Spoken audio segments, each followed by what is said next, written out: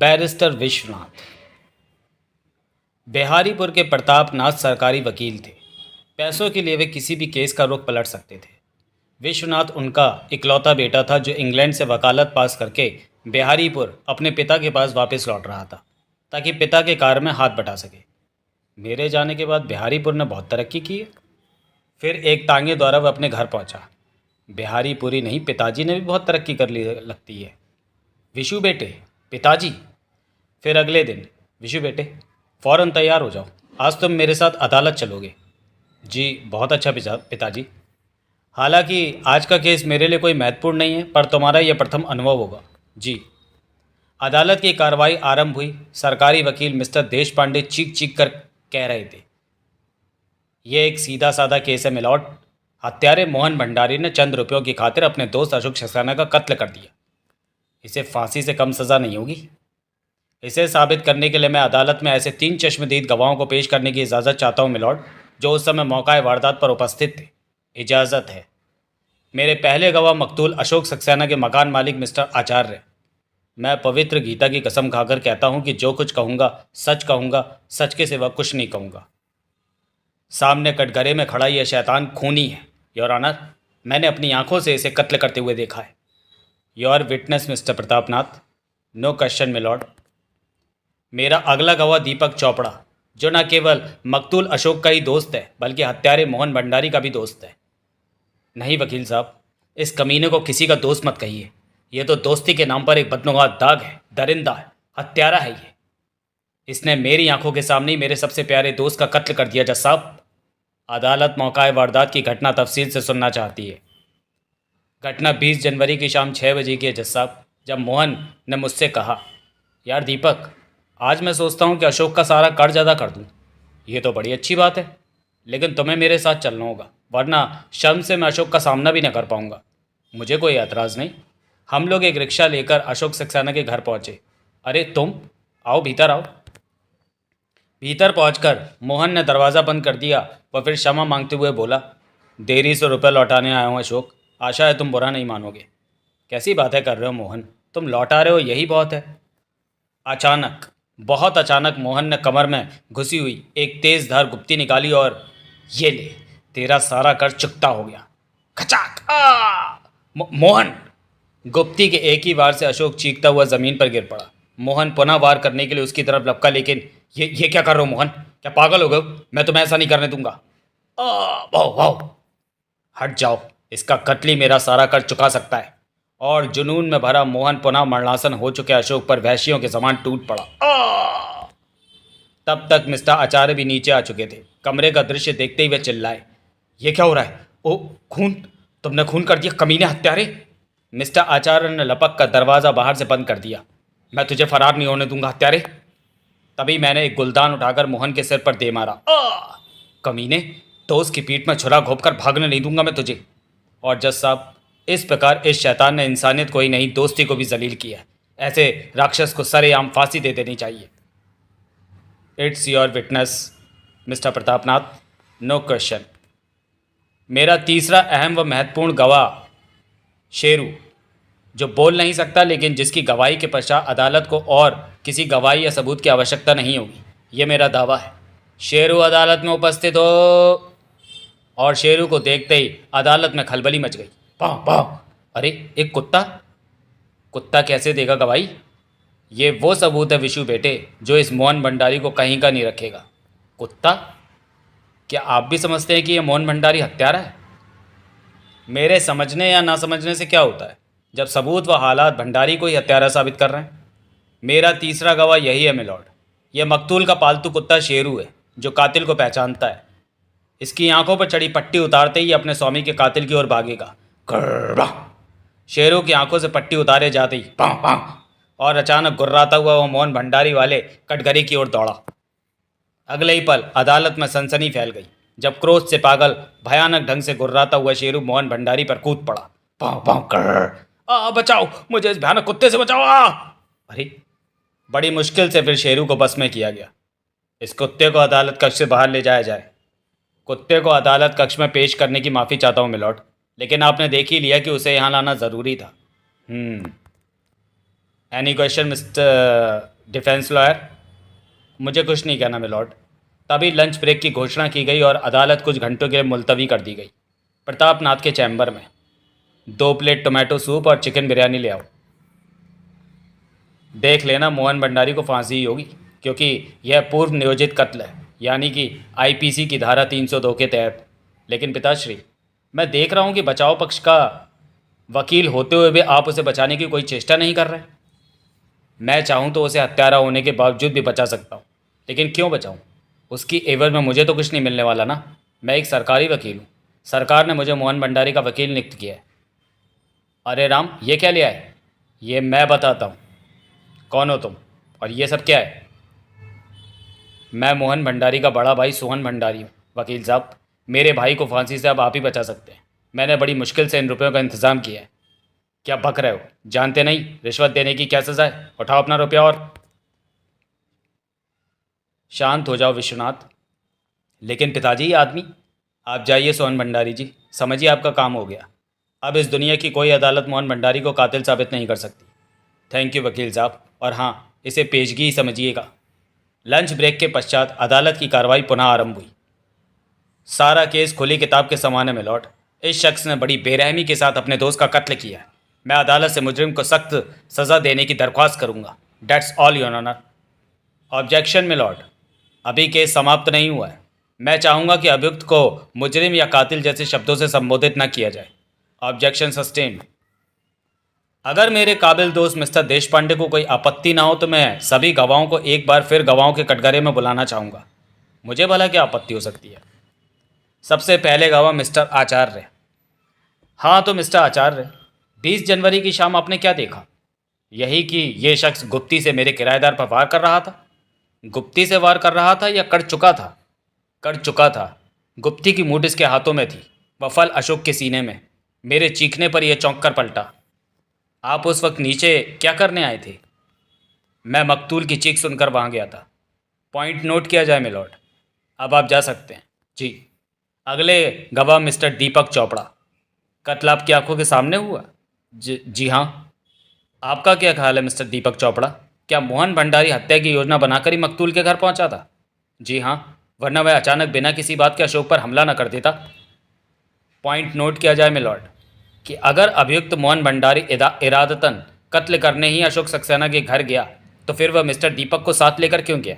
क्या यह बात कुछ अस्वाभाविक नहीं है? अब उसका इरादा क्या था ये मैं कैसे बताऊं, लेकिन मैं ये बात दावे के साथ कह सकता हूं कि आप मोहन भंडारी को लेकर अशोक सक्सेना के घर क्यों गए। मैं? ये आप क्या कह रहे हैं? यस मिलॉर्ड, जो कहानी दीपक चोपड़ा ने अदालत को सुनाई है दरअसल वह सच है, लेकिन कर्ज मोहन भंडारी को नहीं बल्कि दीपक चोपड़ा को अशोक का देना था। ऑब्जेक्शन मिलॉर्ड, मेरे गवाह पर आरोप लगाकर उसे मानसिक रूप से परेशान किया जा रहा है। Objection overruled. Proceed mister Pratapnath. Thank you your honour. दरअसल कत्ल मोहन भंडारी ने नहीं दीपक चोपड़ा ने किया है, और वह मोहन भंडारी को साथ इसलिए ले गया ताकि इल्ज़ाम उस पर लगाकर खुद साफ बच सके। ये झूठ है। कातिल दीपक चोपड़ा ने एकाएक अशोक पर आक्रमण किया। चीख सुनकर मिस्टर आचार्य नीचे आए। तब तक गुप्ती को मकतूल के पेट में ही छोड़कर दीपक अलग हो चुका था, और घायल अशोक की जान बचाने के लिए मोहन भंडारी ने गुप्ती को अशोक के पेट से अलग करना चाहा कि ठीक उसी वक्त मिस्टर आचार्य नीचे उतर आए और मोहन भंडारी को ही हत्यारा समझ बैठे। ये झूठ है, सरासर झूठ। मेरा तीसरा गवाह शेरू होगा मिलॉर्ड, लेकिन उससे पहले मेरी अदालत से प्रार्थना है कि दीपक को मोहन की जगह मुजरिमों वाले कटघरे में खड़ा किया जाए। दीपक के कटघरे में आने के बाद शेरू को अदालत में लाया गया। अब मैं इसकी आंखों से पट्टी हटा रहा हूँ मिलॉर्ड। और पट्टी हटाए जाते ही कुत्ता भयानक ढंग से गुर्राता हुआ दीपक वाले कटघरे की ओर लपका और अरे बचाओ आ! कुत्ते को तुरंत पकड़कर अदालत कक्ष से बाहर ले जाया गया। और अब मैं आपके सामने एक ऐसा गवाह पेश करूंगा मिलॉर्ड, जिससे यह सिद्ध हो जाएगा कि कुत्ता शेरू मुजरिमों वाले कटघरे की ओर ही क्यों भागा। यह है कुत्ता प्रशिक्षक मिस्टर राव। मिस्टर राव, क्या यह संभव है कि किसी कुत्ते को इस हद तक ट्रेन किया जाए कि वह किसी खास जगह पर खड़े व्यक्ति पर ही झपटे? जी हाँ, ये मुमकिन है मिलॉर्ड। अदालत को यह बताना भी मेरा फ़र्ज़ है कि हत्या की तफ्तीश के दौरान कुत्ता मिस्टर दीपक के यहाँ ही रहा है। That's all your honour. कुत्ते को मैं ज़रूर ले गया था, लेकिन मैंने उसे कोई ट्रेनिंग नहीं दी। झूठा फंसाया जा रहा है मुझे, मैं निर्दोष हूँ। गवाहों, सबूतों और वकीलों की जिरह के बाद अदालत इस नतीजे पर पहुंची है कि मोहन भंडारी निर्दोष है। उसे बाइज्जत बरी किया जाता है। दीपक चोपड़ा को भी अपर्याप्त सबूतों के आधार पर संदेह लाभ देते हुए अदालत बरी करती है। आपने तो केस का रुख ही पलट दिया वकील साहब, ये तो पेशा है हमारा।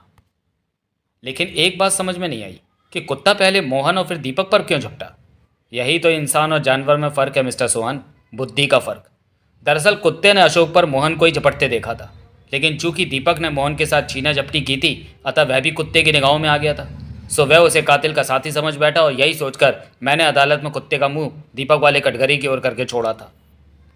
मुझे उम्मीद थी कि जब तक कुत्ता मोहन की ओर मुड़ेगा उसे पकड़ा जा चुका होगा, जबकि कुत्ते के घर रहने वाली बात हमारे हक में रही। यह अच्छा नहीं हुआ पिताजी। दीपक चोपड़ा निर्दोष है, लेकिन वह फंस सकता था। नहीं फंस सकता था, क्योंकि उसे तो संदेह लाभ मिलना ही था। मैं ये बात जानता था। दोनों कार द्वारा घर आ गए, लेकिन विश्वनाथ झूठ और रिश्वत की बुनियाद पर खड़े उस मुकदमे को भुला नहीं पाया। एक दिन सेठ हरबंस। आइए आइए हरबंस जी, आज कैसे याद आ गई? आप जैसे वकील की याद कब आती है? मुसीबत में फंस गया हूँ। मेरे बेटे प्रकाश ने रीटा नाम की एक औरत का खून हो गया है। पुलिस रीटा के पति राम सिंह के पीछे है, मगर मामला नाजुक है। उसे आप ही बचा सकते हैं। बेफिक्र रहिए हरबंस जी, मैं राम सिंह को फांसी के फंदे तक पहुंचा कर ही रहूँगा। आपसे यही उम्मीद थी। ये रख लें। उफ, इस बार पिताजी फिर एक हत्यारे की मदद करेंगे। कुछ देर बाद, मुझे बचा लो वकील साहब, भगवान कसम मैंने खून नहीं किया है। कौन हो तुम? ओह पुलिस, जल्दी करो, इधर आओ। हाँ अब बताओ क्या बात है? किसी ने मेरी बीवी का खून कर दिया है। पुलिस मुझे ही खूनी समझकर मेरे पीछे पड़ी है। जब तक तुम मुझे पूरी बात नहीं बताओगे कि तुम कौन हो, तुम्हारी बीवी का कत्ल होकर इल्ज़ाम तुम पर कैसे लगा, मैं तुम्हारी मदद कैसे करूँगा? ओह ठहरिए, मैं आपको शुरू से सारी बातें बताता हूँ। मेरा नाम राम सिंह है साहिब। कल मेरी बीवी का जन्मदिन था। ये खूबसूरत हार पाकर वह बेहद प्रसन्न होगी। वह हार लेकर जब मैं आज सुबह घर पहुंचा, हे भगवान, इसके पेट से तो खून बह रहा है कहीं। मैंने तुरंत उसकी नब्ज़ देखी। ये तो मर चुकी है। नहीं, ये नहीं हो सकता। खून? अरे राम सिंह ने अपनी बीवी का खून कर दिया। खून खून खून, पकड़ो, राम सिंह भागने ना पाए। मुझे फ़ौरन भाग निकलना चाहिए, वरना ये लोग मुझे रीटा का कातिल समझकर छोड़ेंगे नहीं। घबराकर जैसे ही मैं खिड़की से कूदा, इंस्पेक्टर साहब, वह भागा जा रहा है राम सिंह, अपनी बीवी का हत्यारा। मैं सर पर पांव रखकर भाग लिया। उसके बाद किसी तरह पुलिस से बस्ता बचाता मैं यहाँ तक आ पहुँचा। तुम्हारी बीवी का नाम रीटा है? हाँ साहिब। सेठ हरबंस भी इसी नाम की औरत की हत्या की चर्चा कर रहे थे। इसका मतलब ये वही राम सिंह है। विश्वनाथ ने उस व्यक्ति को वहीं कोने में पड़े भूसे में छुपाया और बाहर आ गया। राम सिंह के विषय में ही पूछ रहे हैं। एक खूनी अपनी पत्नी रीटा का खून करके भाग गया। वह इधर ही आया था, आपने देखा उसे? नहीं, इधर कोई नहीं आया इंस्पेक्टर साहब। पुलिस के जाने के बाद कैसा ज़माना आ गया है। पति अपनी पत्नी को गाजर मूली की तरह काट डालता है। ऐसे को तो फांसी होनी चाहिए। नहीं पिताजी, हत्यारा वह नहीं, सेठ हरबंस का लड़का है। आपको राम सिंह को बचाना चाहिए। वकालत हमारा पेशा है बेटे। इसमें स्याह को सफ़ेद और सफ़ेद को स्याह करने करने का ही पैसा मिलता है। फिर भी पिताजी, हम वकीलों को कानून की मदद करनी ही चाहिए। विश्वनाथ के जाने के कुछ देर बाद, मालिक, ये मेरी कोठरी के भूसे में छिपा बैठा था। दया कीजिए वकील साहब, मैंने रीटा का खून नहीं किया, मुझे बचा लीजिए। ओह, तो तुम ही रीटा के पति हो? देखो राम सिंह, मैं तुम्हें बचा तो लूँ, मगर आजकल पैसे के बिना कुछ नहीं होता। मेरे पास इस हार के अलावा आपको देने के लिए कुछ नहीं है वकील साहब। जो मैं आज रीटा के लिए लाया था, यह हार आप ले लें। राम सिंह से हार लेने के बाद, गाड़ी में बैठो राम सिंह, तुम्हारी जमानत अभी कराना ज़रूरी है। कुछ देर बाद प्रतापनाथ की गाड़ी कोर्ट के बजाय थाने में जाकर रुकी। लीजिए इंस्पेक्टर, संभालिए अपने मुजरिम को। धोखा, सरासर धोखा। हार भी हड़प लिया और धन्यवाद वकील साहब, मुझे उम्मीद थी कि आप कानून की मदद ज़रूर करेंगे। कोर्ट से ऑर्डर लेने में तो काफ़ी समय लगेगा। हाँ, पेड़ की शाख से छत पर पहुंचा जा सकता है। बस विश्वनाथ किसी ऐसी वस्तु की खोज में चल दिया जिसे पेड़ की शाख और छत के बीच अटकाया जा सके। बिजली, घर, ये सीढ़ी ठीक रहेगी और फिर टूट ना जाए कहीं। यही कमरा है जहाँ रीटा का खून हुआ। मगर ये क्या? लगता है मेरे आने से पहले कोई यहाँ आ चुका है, मगर कौन? विश्वनाथ को जब इस बात का पता लगा तो ओह, पिताजी ने ये अच्छा नहीं किया। अब मुझे ही कुछ करना होगा। वह सीधा पुलिस स्टेशन पहुंचा। आपने गलत समझा इंस्पेक्टर। रीटा का खूनी उसका पति राम सिंह नहीं। फिर कौन है? ये शराब पीकर उसे बुरी तरह पीटता था। कल इसने उसे जान से मारने की धमकी दी थी। हमारे पास सारे सबूत हैं। पुलिस ने अनुमति लेकर विश्वनाथ थाने बबन राम सिंह से मिला। मैं सच कहता हूँ वकील साहब, खून मैंने नहीं किसी और ने किया है। किसने किया है मुझे पता नहीं। तुम्हें नहीं मुझे पता है, मगर इसे साबित कैसे करूँ? फिर भी मेरे जीवन का पहला केस तुम्हारा केस ही होगा। सच्चाई जानने के लिए विश्वनाथ राम सिंह के मोहल्ले में गया। सुनिए, यहाँ कोई राम सिंह रहता था? शराबी कबाबी, साले को फांसी होगी। राम सिंह वही जिसने अपनी बीवी का खून कर दिया, जो शराब पीकर उसे पीटता था? ओह, यहाँ तो सारा मोहल्ला ही राम सिंह के खिलाफ है। मगर मैं जानता हूँ असली खूनी सेठ हरबंस का लड़का है। राम सिंह को बचाना ही होगा। राम सिंह के इस मकान की तलाशी लेनी होगी। शायद कोई सबूत मिल जाए, मगर कैसे? मकान तो पुलिस ने सील किया हुआ है। अचानक विश्वनाथ के पैर से कोई चीज़ टकराई। ओह, बच गया। क्या है ये? फ़ोटो फ्रेम लगता है। अरे, रीटा और राम सिंह के फ़ोटो रख लेता हूँ, काम आएंगे। खैर, अब लौटना चाहिए, केस की तैयारी करनी है। अगले दिन कचहरी में। कलयुग है, बाप के मुकाबले बेटा खड़ा है। अरे देखना सेना, प्रतापनाथ सरकारी वकील है, किसी को नहीं बख्शता। मगर विश्वनाथ को ये सूझी क्या, पहले ही केस हार जाएगा बेचारा। हारने दो यार, उसे कौन सी वकालत करनी है, बाप ने बहुतेरा कमाया है। जिरा शुरू हुई। योर ऑनर, ये कत्ल का एक नया चीताज़ादा केस है। मुलजिम राम सिंह अक्सर शराब पीकर अपनी बीवी रीटा को पीटता था, उसे मार डालने की धमकियां देता था। क्यों राम सिंह, ऐसा तुम क्यों किया करते थे? वह होटल हीरोइन होराइजन में नाचने जाती थी, यह मुझे एकदम नापसंद था। यह झूठ है योर ऑनर। मिसेस रीटा एक पत्रकार थी। होटल में ठहरने वाले मंत्रियों और बड़े व्यक्तियों के इंटरव्यू लेने के लिए उन्हें वहां अखबार की ओर से भेजा जाता था। ये उनका प्रेस कार्ड। साफ है योर ऑनर कि मुलजिम राम सिंह ने झूठे और बेबुनियाद आरोप लगाकर अपनी बीवी रीटा का खून किया। शराब की जिस बोतल से रीटा की हत्या की गई, उस पर भी मुलजिम राम सिंह की उंगलियों के निशान हैं। ये सब झूठ है जज साहिब, मैंने रीटा का खून नहीं किया। प्रतापनाथ ने कई गवाह अदालत में पेश किए। मैं फिंगरप्रिंट एक्सपर्ट ए के अरोड़ा। मैंने शराब की बोतल पर पड़े उंगलियों के निशान मुलजिम राम सिंह की उंगलियों के निशानों से मिलाए, दोनों एक हैं। मैं इस हत्यारे के पड़ोस में रहता हूँ। जिस रात रीटा बहन का खून हुआ, उससे एक दिन पहले इसने शराब पीकर उन्हें बहुत पीटा, उनको मार डालने की धमकी दी। मैं शराब विक्रेता हसन। खून से सनी शराब की जो बोतल मुझे दिखाई गई है, उस ब्रांड की शराब राम सिंह रोज़ हमारी दुकान से खरीदता है। मैं सनलाइट इंश्योरेंस कंपनी का मैनेजर बाखले। मिसेस रीटा का हमारी कंपनी में 3 लाख रुपए का बीमा है। नॉमिनी राम सिंह है। इन सारी गवाहियों से साबित होता है योर ऑनर कि राम सिंह ने बीमे की 3 लाख की रकम के लिए अपनी बीवी की बाकायदा योजना बनाकर हत्या की। मैं प्रार्थना करूंगा कि इस दुष्ट हत्यारे को फांसी की सज़ा दी जाए। नहीं नहीं, मैं बेकसूर हूँ, खून मैंने नहीं किया। आपको कुछ कहना है मिस्टर विश्वनाथ? योर ऑनर, बोतल पर राम सिंह की उंगलियों के निशान खून का पक्का सबूत नहीं। हसन साहब ने खुद कहा है कि ये बोतल उन्होंने राम सिंह को बेची। खरीदने के बाद बोतल राम सिंह ने हाथों में ही पकड़ी होगी। निशान खून से पहले के भी हो सकते हैं। प्रतापनाथ के गवाह हसन का बयान उल्टा उनके ही गले में पड़ गया। मुकदमा 25 तारीख तक के लिए मुलतवी हो गया। अगले दिन होटल होराइजन में। हेलो, मुझे इस होटल के मालिक प्रकाश सेठ से मिलना है, ये मेरा कार्ड। ओह, आप सरकारी वकील प्रतापनाथ के बेटे हैं? जाइए, वह सूट नंबर 5 में है। सूट नंबर 5 में। आइए आइए विश्वनाथ जी, आज कल बड़े चर्चे हैं आपके। सुना है आप ज़ोर शोर से कानून की मदद कर रहे हैं। बड़े ठाठ हैं, सही बात उगलवानी पड़ेगी। कहाँ सेठ जी, आपकी दौलत ने कानून की मदद के सारे रास्ते बंजो कर डाले हैं। सुना ही था, मगर आज देख लिया कि असली कानून तो दौलत ही है। सही रास्ते पर आ गए ना बच्चू। शायद चुप रहने का सौदा करने आया है। बैठ जाएगा तो मैं साफ बच जाऊंगा। आप क्या लेंगे, ब्रांडी या शैम्पेन? नहीं नहीं शुक्रिया, इधर से गुजर रहा था, सोचा आपसे हमारा घर जैसा संबंध है, सो वह बात आपको बताता चलूं। कौन सी बात? पुलिस ने राम सिंह के घर से आपका एक पेन बरामद किया है, गोल्ड प्लेटेड। आपका नाम खुदा है। क्या? अरे, ये तो यही है। घबरा गए ना, इसे कहते हैं चोर की दाढ़ी में तिनका। अबे विश्वनाथ उठकर चला ही था कि ये कमबख्त तो पीछे ही पड़ गया, इसे रास्ते से हटाना होगा। ठहरो, तुम इतनी आसानी से नहीं जा सकते। मोहन, राधे इन वकील साहब को बाथरूम में बंद कर दो। बुरे फंसे। विश्वनाथ को बाथरूम में बंद कर दिया गया। सेठ हरबंस के बच्चे, अब तुझे नहीं छोड़ूंगा। तेरी दौलत एक निर्दोष की जान नहीं ले पाएगी। बाहर इस पर कड़ी निगरानी रखो, मेरे आने तक भागने ना पाए। जुआ घर बंद करा दो। Yes boss. ओह, तो इस होटल में जुआ घर भी है, मगर यहाँ से निकलूँ कैसे? अरे वाह, वह रोशनदान। विश्वनाथ किसी तरह रोशनदान तक पहुँचा। बाहर जाकर तो उफ, बाथरूम दूसरी मंजिल पर है, कूद नहीं सकता। हाँ, सीवर पाइप के सहारे, यही ठीक है, जल्दी करूँ। सुनते हैं जो कानून की मदद करता है भगवान उसकी मदद करते हैं। आज देखता हूँ। विश्वनाथ सीवर पाइप के सहारे उतरकर जैसे ही जमीन पर आया, वाह वाह वाह वाह वाह, उफ, कौन है, कौन है उधर, उफ। तभी विश्वनाथ को नीचे की तरफ वाली सीढ़ियाँ दिखाई दी। यहाँ क्या है?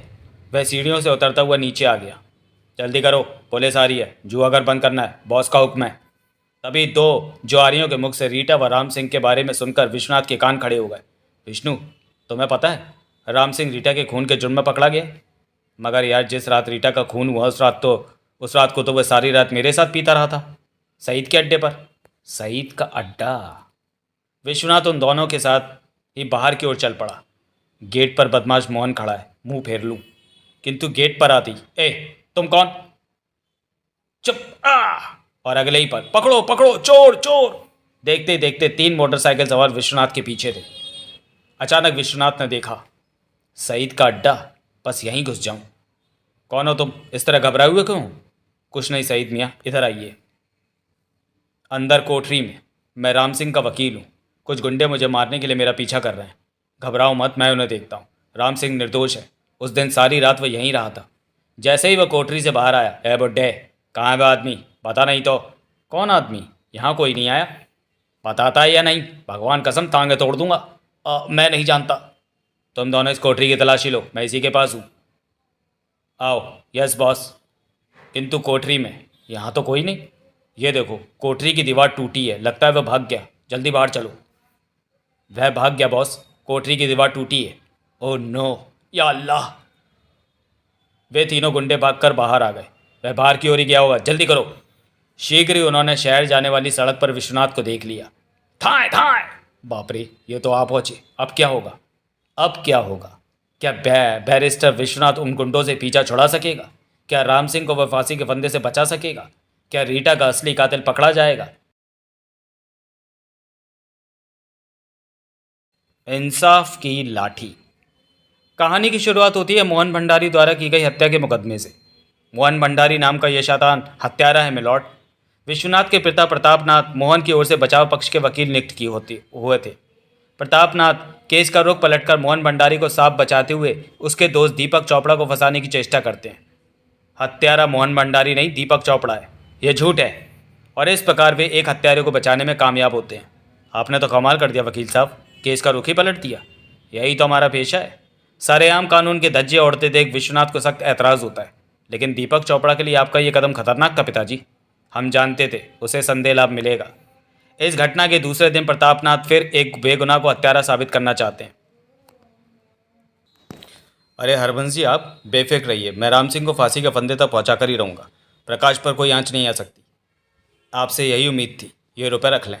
उफ, इस बार पिताजी फिर एक हत्यारे की मदद करेंगे। ये बात विश्वनाथ को सख्त नागवार गुजरती है। वह राम सिंह को बचाने का निश्चय कर लेता है। राम सिंह निर्दोष है। मेरे जीवन का पहला केस उसी का केस होगा। और वह अदालत में अपने पिता के सामने उठ खड़ा हुआ। कलयुग है, बाप के मुकाबले बेटा खड़ा है। मगर विश्वनाथ को ये सूझी क्या, पहले ही केस हार जाएगा। उसकी तहकीकात असली हत्यारे होराइजन होटल के मालिक के बेटे प्रकाश से शुरू होती है। मुझे होटल के मालिक प्रकाश से मिलना है। लेकिन प्रकाश उसे कैद कर लेता है ताकि मुकदमा समाप्त होने तक वह अदालत पहुंच ही ना पाए। इस पर निगरानी रखो, ये भागने ना पाए। Yes boss. लेकिन विश्वनाथ कैद से भाग निकलता है। शहीद का अड्डा, यहीं घुस जाऊं। पीछा करते हुए प्रकाश के गुंडे भी वहां आकर शहीद को धमकाते हैं। ए बुड्ढे, पता कहाँ है वो आदमी? पता नहीं तो। वह शहीद के अड्डे की तलाशी लेते हैं। कोठरी की दीवार टूटी है, वह भाग गया। बाहर चलो। पीछा करते हुए गुंडे आखिरकार विश्वनाथ को ढूंढी लेते हैं। बाप रे, ये तो आ पहुँचे। अब क्या होगा? प्रथम अंक बैरिस्टर विश्वनाथ में आपने यहाँ तक का कथानक पढ़ा। अब आगे। कुछ पास आते ही उन्होंने चिल्लाना शुरू कर दिया, चोर चोर पकड़ो, चोर चोर! किसी राहगीर ने लाठी के बल पर विश्वनाथ को रोकना चाहा, किंतु विश्वनाथ ने ही उसकी लाठी झपट ली। रास्ते में मिला एक गुस्सैल सांड। विश्वनाथ ने लाठी का भरपूर वार सांड पर किया। सांड बौखलाकर एक मोटरसाइकिल से टकराया। आ! दूसरा गुंडा उससे बचने के चक्कर में पेड़ से टकराया। 2 साथियों को दुर्घटनाग्रस्त होते देखकर भी तीसरा मोटरसाइकिल सवार रुका नहीं। चोर चोर! अब क्या करूं? वह पेड़ ठीक रहेगा। और जब तक मोटरसाइकिल सवार आता, विश्वनाथ सड़क के किनारे पेड़ पर चढ़ गया। इतने में दोनों मोटरसाइकिल सवार गुंडे भी कराते हुए वहां पहुंचे। नीचे उतरो, नीचे उतर, वरना आता हूं ऊपर। नहीं उतरता, ऊपर आओगे तो धक्का दे दूंगा। देखते ही देखते वहां भीड़ लग गई। हे भगवान, न्याय के लिए मरने वालों की राज्यों में क्या यही दशा होती है? किसी बड़े चोर का बेटा लगता है। नीचे आओ। चोर है मगर शक्ल शाह की। पेड़ में आग लगा दो। क्या चुराया इसने? लेकिन भगवान ने विश्वनाथ की सुन ली। कुछ ही देर में भूसे से भरा एक ट्रक उधर से गुजरा। बचो बचो, सड़क छोड़ो, ट्रक आ रहा है। और जैसे ही ट्रक पेड़ के नीचे से निकला, ट्रक के चले जाने पर, अरे चोर कहाँ गया? पेड़ पर नहीं है, कहाँ गया? एकदम गायब हो गया। वह ज़रूर ट्रक में लदे भूसे पर कूद गया है। चलो जल्दी से पीछा करो। वही ट्रक है, तेज चलाओ, इस बार भागने ना पाए, और तेज। हे भगवान, अभी तक ये गुंडे मेरे पीछे लगे। ठीक है तो लो। और विश्वनाथ गुंडों पर भूसा फेंकने लगा।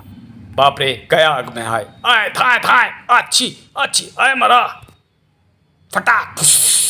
ट्रक में बैठे व्यक्ति पंचर की आवाज़ सुनकर चौंके। पंचर हो गया? शायद गोली से। चलो देखें। जैसे ही वे नीचे उतरे, गोली तूने चलाई थी बे मच्छर? नहीं नहीं, माफ़ कर दो। अबे ओ तिलचट्टे, बोल तेरी चटनी बनाए या आटा? न्याय कहता है माफ़ मत करो। मेरी बात सुनो दादा, हमारा एक नौकर हमारा रुपया चुराकर आपके ट्रक में आ छुपा है। उसे हमें वापस दे दो, रुपया आप रख लो। चोर और हमारे ट्रक में? कहाँ है? साले को ज़मीन में गाड़ दूंगा। भूसे पर बैठा है, पकड़ लो कमबख्त को। ड्राइवर बेलचा हाथ में थामे ट्रक पर जा चढ़ा। जगह जगह बेलचा चलाकर उसने देखा, मगर भूसे में उसे कोई नहीं मिला। यहाँ तो चिड़ी का बच्चा तक नहीं है।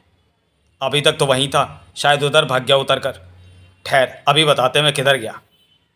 हाँ बे, अब बोल, खोल जुबान खोल। आ चला गोली, और चला, अब चाट धरती। बड़ा है चोर का बच्चा। ट्रक चला गया तो मेरे दांत कहाँ गए? मुझे तुरंत सेठ जी को खबर देनी चाहिए। गिरता पड़ता वह किसी तरह होटल पर पहुंचा। जब वह सेठ प्रकाश के कमरे में पहुंचा तो वहां उसके दो साथी और मौजूद थे। तुम भी आ गए? बड़े 30 मार्का बनते थे। हुलिया बिगड़वा लाए? क्या हुआ, मिला? नहीं बॉस। फिर वह कहाँ गया? आसमान खा गया या धरती निकल गई? मगर फिर तुम्हें किसने तोड़ा फोड़ा? मोटरसाइकिल सवार ने सेठ प्रकाश को सारी कहानी शुरू से अंत तक बता दी। सब गुड़गोबर हो गया। मुझे तुरंत प्रतापनाथ के पास जाना होगा। दूर हो जाओ मेरे सामने से। और आखिर विश्वनाथ तारीख वाले दिन अदालत में पहुंच ही गया। योर ऑनर, जिस रात रीटा का खून हुआ राम सिंह घर में नहीं था। इस सिलसिले में मेरे गवाह हैं सईद मियाँ और विष्णु। बड़ा लंबा तीर मारा है मेरे युवा वकील ने। जिरा शुरू हुई। सईद मियाँ, तुम्हें जो कुछ पता है अदालत के सामने बयान करो। सरकार, मेरी गुजारिश है कि जिस रात रीटा का खून हुआ उस सारी रात राम सिंह मेरे यहाँ रहा था। झूठ, एकदम झूठ योर ऑनर। मिस्टर सईद शराब का अड्डा चलाते हैं, और ऐसे समाज विरोधी आदमी की बात पर कौन यकीन करेगा? अल्लाह कसम, मैं सच कह रहा हूँ। दूसरा गवाह, मेरा नाम विष्णु है। मैं पवित्र गीता की कसम खाकर कहता हूँ कि जिस रात रीटा की हत्या हुई उस रात 8 बजे से सवेरे 7 बजे तक राम सिंह मेरे ही साथ पीता रहा था। योर ऑनर, जो लोग शराब को पानी की तरह पीते हैं उनसे ये उम्मीद क्यों कर हो सकती है कि वे सच बोलकर कानून की मदद करेंगे? मेरे प्यारे दोस्त विश्वनाथ नाहक अदालत का समय नष्ट कर रहे हैं। और कोई गवाह मिस्टर विश्वनाथ? एक और योर ऑनर, मैं अदालत से प्रार्थना करूंगा कि वह सेठ प्रकाश के नौकर राधे को गवाह के रूप में हाजिर होने का आदेश दें। ये क्या बचपना है योर ऑनर? सेठ प्रकाश शहर के प्रतिष्ठित व्यक्ति हैं, उनका या उनके नौकर का इस कत्ले से क्या वास्ता हो सकता है? वास्ता है या नहीं ये तो गवाही के बाद मालूम होगा। Objection over ruled. और राधे गवाह के कटघरे में। मिस्टर राधे, 23 तारीख को तीसरे पैर तुमने अपने 2 साथियों के साथ माल रोड पर किस पर गोलियां चलाई थी? गोलियां? मैं तो पिस्तौल भी पकड़ना नहीं जानता सरकार। That's all your honour. अंतिम सुनवाई के लिए 7 तारीख। उसी दिन शाम को विश्वनाथ जेल में राम सिंह से मिला। क्या तुम बता सकते हो हत्या वाले दिन रीटा कहाँ गई थी? उस दिन सुबह से शाम तक घर में ही थी। उसकी तबीयत ठीक नहीं थी। कोई इससे मिलने आया था? शायद नहीं। हाँ, उसकी सहेली रंजना आई थी। वह भी अखबार के दफ्तर में काम करती है। अगले दिन अखबार के कार्यालय में। क्या मिस रंजना यहीं काम करती हैं? मिस नहीं, मिसेज। अंदर जाकर गैलरी का आखिरी कमरा। क्या मैं अंदर आ सकता हूँ मिसेज रंजना? आइए बैठिए। आपकी सहेली रीटा की मौत का बड़ा दुख हुआ। सुना है आप उस दिन दोपहर को उससे मिली थी। मैं रीटा के पति राम सिंह का वकील हूँ। चाहता हूँ यदि आपको कुछ पता हो तो। देखिए वकील साहब, रीटा मेरी असिस्टेंट थी। हत्या से 2 दिन पहले उसने मुझसे कहा था कि शहर के एक पंचतारा होटल में जुआ घर चलता है। न्यूज़ अच्छी थी, मैंने उससे कवर करने को कहा था। उससे उस दिन मैं जुआ घर के फ़ोटोग्राफ्स मांगने ही गई थी, मगर वह कुछ बता ना सकी। और अचानक विश्वनाथ को उस फोटो फ्रेम का ध्यान आया जो उसे राम सिंह के घर की तलाशी लेते समय मिला था। वह और कुछ पूछे बिना वहाँ से उठा और चल दिया। पागल है क्या ये व्यक्ति? वह बाहर निकले ही था कि उधर से गुजरते हुए प्रकाश की नज़र उस पर पड़ी। विश्वनाथ यहाँ? इससे अच्छा मौका और कब मिलेगा? जल्दी घर पहुँचना है। तभी ची, जल्दी करो, गाड़ी में डालो। और वहाँ भीड़ इकट्ठी हो इससे पहले ही सेठ प्रकाश गाड़ी भगा ले गया। विश्वनाथ की बेहोशी टूटी तो उफ, मैं कहाँ हूँ? आप अस्पताल में हैं सर, जल्दी ठीक हो जाएंगे। ये कौन सा अस्पताल है सिस्टर? मैं डॉक्टर से मिलना चाहता हूँ। डॉक्टर सवेरे आकर चले गए, आप सो रहे थे। सिस्टर, मन नहीं लग रहा है, कोई मैगज़ीन वगैरह है क्या? ये लीजिए फिल्मी मैगज़ीन अंगराज का ताजा अंक सवेरे ही आया था। Thank you sister. किंतु मैगज़ीन देखते ही विश्वनाथ चौंक गया। वह मैगज़ीन प्रकाश सेठ के पते पर डाक से भेजी गई थी। मैगज़ीन पर पते की स्लिप चिपकी थी। मामला गड़बड़ है। एक्सीडेंट कर मुझे शायद धोखे से सेठ प्रकाश अपने ही घर ले आया है। नर्स भी नकली लगती है। और कुछ सोचकर, सिस्टर, मैं तुरंत जाना चाहता हूँ। क्या मेरे एक्सीडेंट की रिपोर्ट पुलिस में लिखाई थी? No no.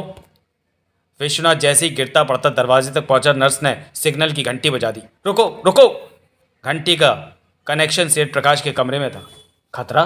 तुरंत जाओ, उसे रोको, वरना केस बिगड़ जाएगा। ठहरो मिस्टर विश्वनाथ, आगे बढ़े तो गोली मार दूंगा। मेरा शक ठीक निकला। बेचारा विश्वनाथ एक तो घायल, ऊपर से 3-3 मुस्टंडे कुछ ही देर में।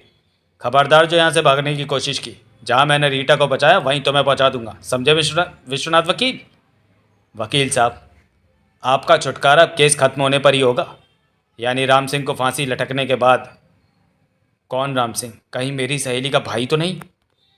विश्वनाथ को पलंग से बांधकर और धमकी देकर गुंडे चले गए तो क्या आप वही वकील विश्वनाथ है जो रीटा की हत्या का केस लड़ रहे हैं राम सिंह की ओर से? हाँ। सिस्टर तुम उदास क्यों हो गई? कुछ नहीं वकील साहब, काश मैं पहले ही ये सब कुछ जान पाती। उफ, मगर अब मैं सबको बता दूंगी कि हत्यारा प्रकाश है। आओ, जितनी जल्दी हो सके यहाँ से भाग चलें। फिर वे बाहर गैलरी में आ गए। कोई नहीं है, मौका अच्छा है।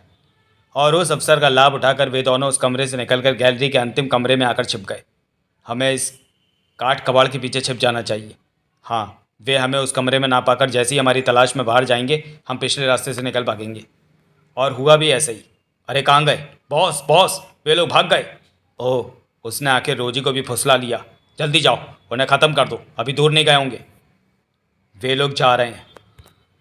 और गुंडों के जाते ही नर्स ने फिर हिम्मत दिखाई। वह दबे पांव उस कमरे तक गई जहाँ प्रकाश अभी भी नशे में धुत बकबक कर रहा था।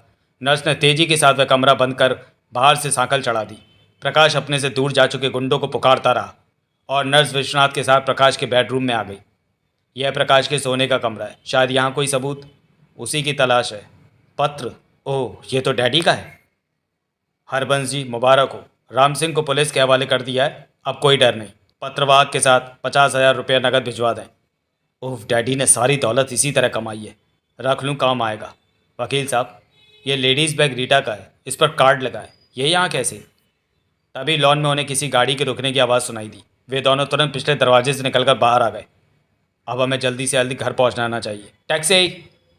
अंतिम सुनवाई वाले दिन। योर ऑनर, आज मैं इस मुकदमे के कुछ महत्वपूर्ण गवाह अदालत में पेश करना चाहूँगा। पहले मैं अदालत से प्रार्थना करूँगा कि सेठ प्रकाश को हाजिर होने का हुक्म दें। योर ऑनर, मुझे समझ नहीं आता कि एक इज्जतदार आदमी की छिछालेदार करके मेरे युवा वकील क्या सिद्ध करना चाहते हैं। मिस्टर प्रकाश को बुलवाया जाए। सेठ प्रकाश गवाहों के कटघरे में। मिस्टर प्रकाश, आप रीटा को कब से जानते थे? जिस रात उसका खून हुआ उस रात आप कहाँ थे? मैं किसी रीटा को नहीं जानता। हाँ, जिस दिन उसका खून हुआ मैं अपने होटल के निदेशकों के साथ एक मीटिंग में था। आप इस लेडीज़ बैग को तो पहचानते हैं? जी नहीं। दूसरे गवाह के रूप में विश्वनाथ ने मिसेज रंजना को बुलवाया। गीता पर हाथ रखकर कसम खाइए, जो कहेंगी सच सच कहेंगी। मैं श्रीमती रंजना दत्त, चीफ रिपोर्टर, नगर प्रभात, गीता पर हाथ रखकर कसम खाती हूँ कि सच कहूँगी। रंजना जी, रीटा आपके नीचे काम करती थी, क्या आप इस बैग को पहचानती हैं? हाँ, लेडीज़ बैग रीटा का है, वह इसमें कैमरा भी रखती थी। क्या आप वारदात के दिन रीटा से मिली थी? हाँ, रीटा उस दिन मुझसे मिली थी और वह बहुत ही खास खबर लाई थी। रंजना जी, मुझे खबर मिली है कि होटल होराइज़न में जुआ घर चलता है, क्या ख्याल है, न्यूज़ व फोटो धमाका कर देंगे? हाँ सही है, मगर रीटा होटल शहर के नामी रईस का है, बेहद संभल कर जाना होगा। बीना को भी साथ ले जाना। रीटा और बीना उसी दिन शाम को गुंडों का सा वेश बनाए होटल में पहुंची। जुआ खेलोगे प्यारे? हाँ, मगर यहाँ कैसे? 7 वाली सीढ़ी से नीचे चले जाओ। वे दोनों 7 वाली सीढ़ी से नीचे उतरकर नीचे तहखाने में जा पहुंची। उफ, धुआं! बेशरम लोग, आओ मेरे प्यारे आओ, नए पंछी हैं, लड़कियों जैसे हैं। मगर वे दोनों हॉल के एक कोने में से बाथरूम की ओर मुड़ गईं और बाथरूम के अंदर के जुआ घर के चित्र लेने लगी। फटाफट शॉट ले डाल। फोटो खींचकर वे दोनों जैसे ही बाथरूम से बाहर आईं, हाउ स्वीट, ओह स्टूपिड। अरे, नगर प्रभात प्रेस की क्राइम रिपोर्टर रीटा। और योर ऑनर, इस तरह रीटा और बीना होराइजन के जुआ घर से निकल आईं। ये सारी बातें मुझे बीना ने बताई तो मैं रीटा के पास गई। वह बीमार थी। क्या बात है रीटा, चोट लगी है क्या? हाँ, फोटोग्राफ कहाँ है? फोटोग्राफ्स, आह। इतना कहकर वह बेहोश हो गई। शायद कोई अंदरूनी चोट आई थी उसे। तो मैं अगले दिन आने की सोचकर चली गई, मगर उसी रात को, उफ, पता नहीं कैसे। इससे आगे की दास्तान मैं सुनाता हूँ। जिस दिन मिसेस रंजना रीटा से मिली, उसी रात को मिस्टर प्रकाश होटल होराइजन के जुआगर के फ़ोटो वापस लेने रीटा के घर पहुंचे, जबकि भीतर रीटा राम सिंह के घर न लौट आने के कारण बेहद परेशान थी। उफ, समझ में नहीं आता कि इस खराब मौसम में ये कहाँ होंगे। आह, फोटो लेकर भागते समय नाभि की कोई नस खिंच गई लगती है। उफ, ये पीड़ा सही नहीं जा रही। ठक ठक ठक, कौन हो सकता है? कहीं यही तो नहीं?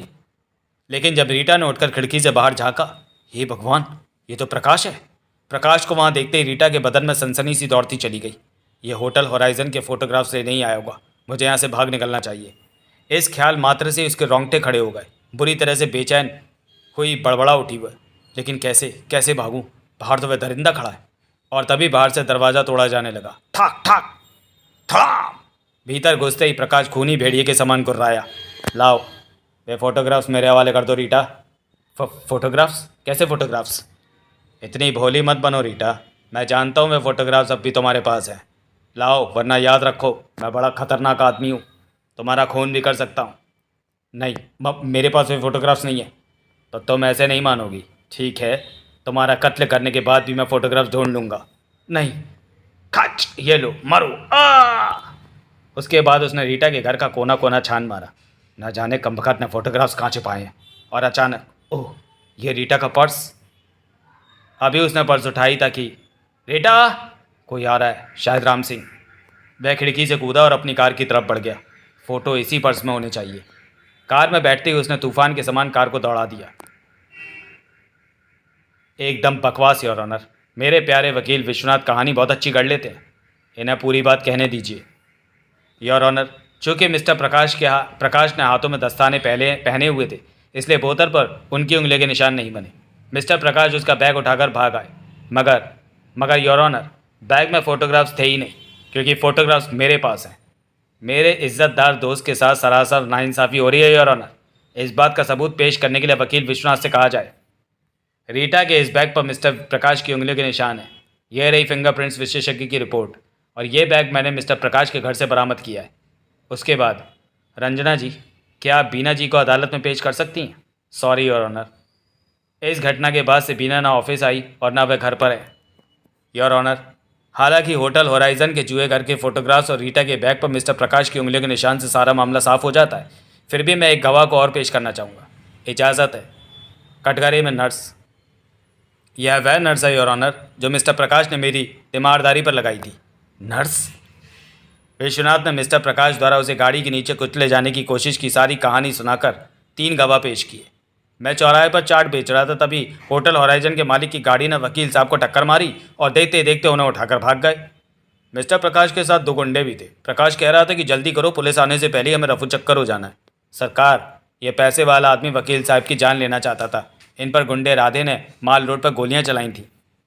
योर ऑनर, नोट किया जाए, इस रिक्शे वाले ने राधे को माल रोड पर गोलियां चलाते देखा था। हाँ, तो सिस्टर, सच सच बताओ, मिस्टर प्रकाश मुझे घायल अवस्था में अपने घर क्यों ले गए थे? ये चाहता था कि आप राम सिंह की वकालत ना करें, उसे फांसी हो जाए और वह साफ बच जाए। और इसी समय, ऑब्जेक्शन योर ऑनर, ये सब बनी बनाई बातें हैं। यह नर्स हत्यारे राम सिंह की बहन की सहेली है। मनगढ़ंत कहानी बनाकर उसे बचाना चाहती है। मगर योर ऑनर, असली हत्यारे के वकील भी प्रतापनाथ का यह पत्र मनगढ़ंत नहीं हो सकता। न्यायाधीश ने उस पत्र को पढ़कर कहा, यह पत्र आपका ही है ना मिस्टर प्रतापनाथ? उफ! तभी प्रकाश ने नर्स पर गोली चला दी। थाए! कमबख्त रोजी, मैं तुझे नहीं छोड़ूंगा। उसे पकड़ो पकड़ो पकड़ो, थाए थाए! प्रकाश गोलियां चलाता कोर्ट के सदर दरवाजे की भागा ही था कि एक तेजी से आता हुआ ट्रक उसे कुचलता हुआ निकल गया। उसे तुरंत अस्पताल पहुंचाया गया। सिस्टर, मेरे पास ज़्यादा समय नहीं है। तुरंत मजिस्ट्रेट को बुलाओ, मैं अंतिम बयान देना चाहता हूँ। मैं हाजिर हूँ मिस्टर प्रकाश। मैं पूरे होशो हवास में स्वीकार करता हूँ कि रीटा की हत्या मैंने की। राम सिंह एकदम बेकसूर है। दौलत से मैंने कानून को खरीदना चाहा, मगर भगवान को कोई क्या कहे, वह सदा कानून की मदद करता है। और उसी अस्पताल के दूसरे वार्ड में। बेटा विश्वनाथ, तुमने जो किया ठीक किया। कानून की भी लाज रखी, वकालत के पेशे की भी। मुझे माफ़ करना बेटे, मेरी आंखें भी तब खुली जब वे सदा के लिए बंद होने जा रही हैं। विश्वनाथ, अब मुझे महसूस हो रहा है कि इंसाफ की लाठी मुजरिम के सिर पर पड़कर ही रहती है, चाहे वो उससे कितना बचने की चेष्टा करे। मुझे उम्मीद है कि तुम मेरे कहने पर नहीं चलोगे। अलविदा। सॉरी वकील साहब, सब कुछ समाप्त हो गया। और उस दिन शहर के शमशान में दो चिताएं एक साथ जलीं। एक पैसे के बल पर कानून को खरीदने वाले की थी और दूसरी पैसा लेकर कानून बेचने वाले की। इस कांड के कुछ दिन बाद एक दिन, माँ जी, वकील साहब हैं क्या? ये नौकर चाकर कहाँ गए? अंदर हैं बेटा। वह कहता है कि अब तो हमें सच्चाई की रोटी खानी है, दिखावा नहीं करना, सो नौकर सब निकाल दिए। क्या मैं अंदर आ सकता हूँ? अरे राम सिंह, तुम अच्छे तो हो ना? अच्छा हूँ वकील साहब, आपके डैडी की मौत से बड़ा सदमा पहुँचा। हाँ, मेरे सिर से उनका साया उड़ गया। ये क्या लाए हो? कुछ नहीं, थोड़ी मिठाई वगैरह है। आपने मुझे दौलत के जाल का शिकार होने से बचाया, और तो कुछ कर नहीं सकता। हाँ, ये प्रतिज्ञा कर ली है कि आइंदा शराब नहीं पीऊँगा। ये तो तुमने बहुत अच्छा किया। मैं तुम्हारी ये प्यार भरी भेंट अवश्य स्वीकार करूँगा दोस्त। वकील साहब, आप इंसान नहीं देवता हैं। मैं आपके साथ हूँ। जहाँ आपका पसीना गिरेगा वहाँ अपना खून बहा दूंगा। एक बात बताइए वकील साहब, वे फ़ोटोग्राफ्स आपको कैसे मिले? राम सिंह, ये फ्रेम देख रहे हो? अरे ये तो मेरा है। हाँ, ये मैंने तुम्हारे घर से ही प्राप्त किया था। दरअसल रीटा ने जुआगर वाले फ़ोटोग्राफ्स तुम्हारी और अपनी फ़ोटो के पीछे ही लगा दिए थे। रंजना जी से फ़ोटोग्राफ्स का जिक्र आते ही मुझे इस फ़ोटो फ्रेम की याद आई। घर आकर मैंने देखा। अरे, अब समझ आया। और इस तरह अनजाने में ही इतना बड़ा सबूत मेरे हाथ आ गया। वाह, आपने तो कमाल कर दिया बैरिस्टर विश्वनाथ जी। समाप्त। बैरिस्टर विश्वनाथ की अगली कॉमिक्स, खूनी कौन। खूनी कौन। राय बहादुर बलदेव राय का बेटा राज अपने पिता की बेशुमार दौलत का अकेला वारिस था। वह अपने दोस्तों पर पैसा पानी की तरह बहाता था। उसे अपने दोस्तों पर बहुत भरोसा था, जबकि उसके माता पिता उसकी हरकतों से काफ़ी चिंतित थे।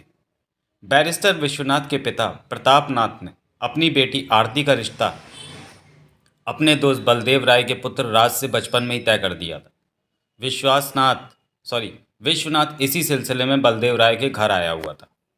बेटा विश्वनाथ, आरती मेरी दोस्त की बेटी ही नहीं, मेरे घर की होने वाली बहू भी है। लेकिन मैं चाहता था कि राज अपना व्यवसाय देखने भालने लगे तो। अंकल, मैं आपकी परेशानी समझता हूँ। मैं उससे मिलूंगा किसी दिन। विश्वनाथ के जाने के काफ़ी देर बाद, आपको उसकी ज़रा भी चिंता नहीं है। पता नहीं इतनी रात गए तक कहाँ कहाँ मारा मारा फिरता है। रात के 11 बज रहे हैं। तुम खामा खामा परेशान हो रही हो। राज बच्चा नहीं है, ब्याह होते ही सब ठीक हो जाएगा। शहर के एक 5 सितारा होटल के बाहर। ये तो राज है। क्या इसी शराबी से मुझे अपनी बहन की शादी करनी होगी? पर पिताजी का वचन। यार, इसे इतनी नहीं पीनी चाहिए थी। चलो इसे घर छोड़कर आते हैं। शिंदे, राज को कार की पिछली सीट पर लिटा दे। कोई ज़रूरत नहीं है, मैं अकेली संभाल लूँगी। गाड़ी ड्राइव करनी आती है मुझे, तुम दोनों फूटो। जुहू समुद्र तट का एक निर्जन किनारा। चांदनी राव। लिली, कितनी शांत जगह है ये।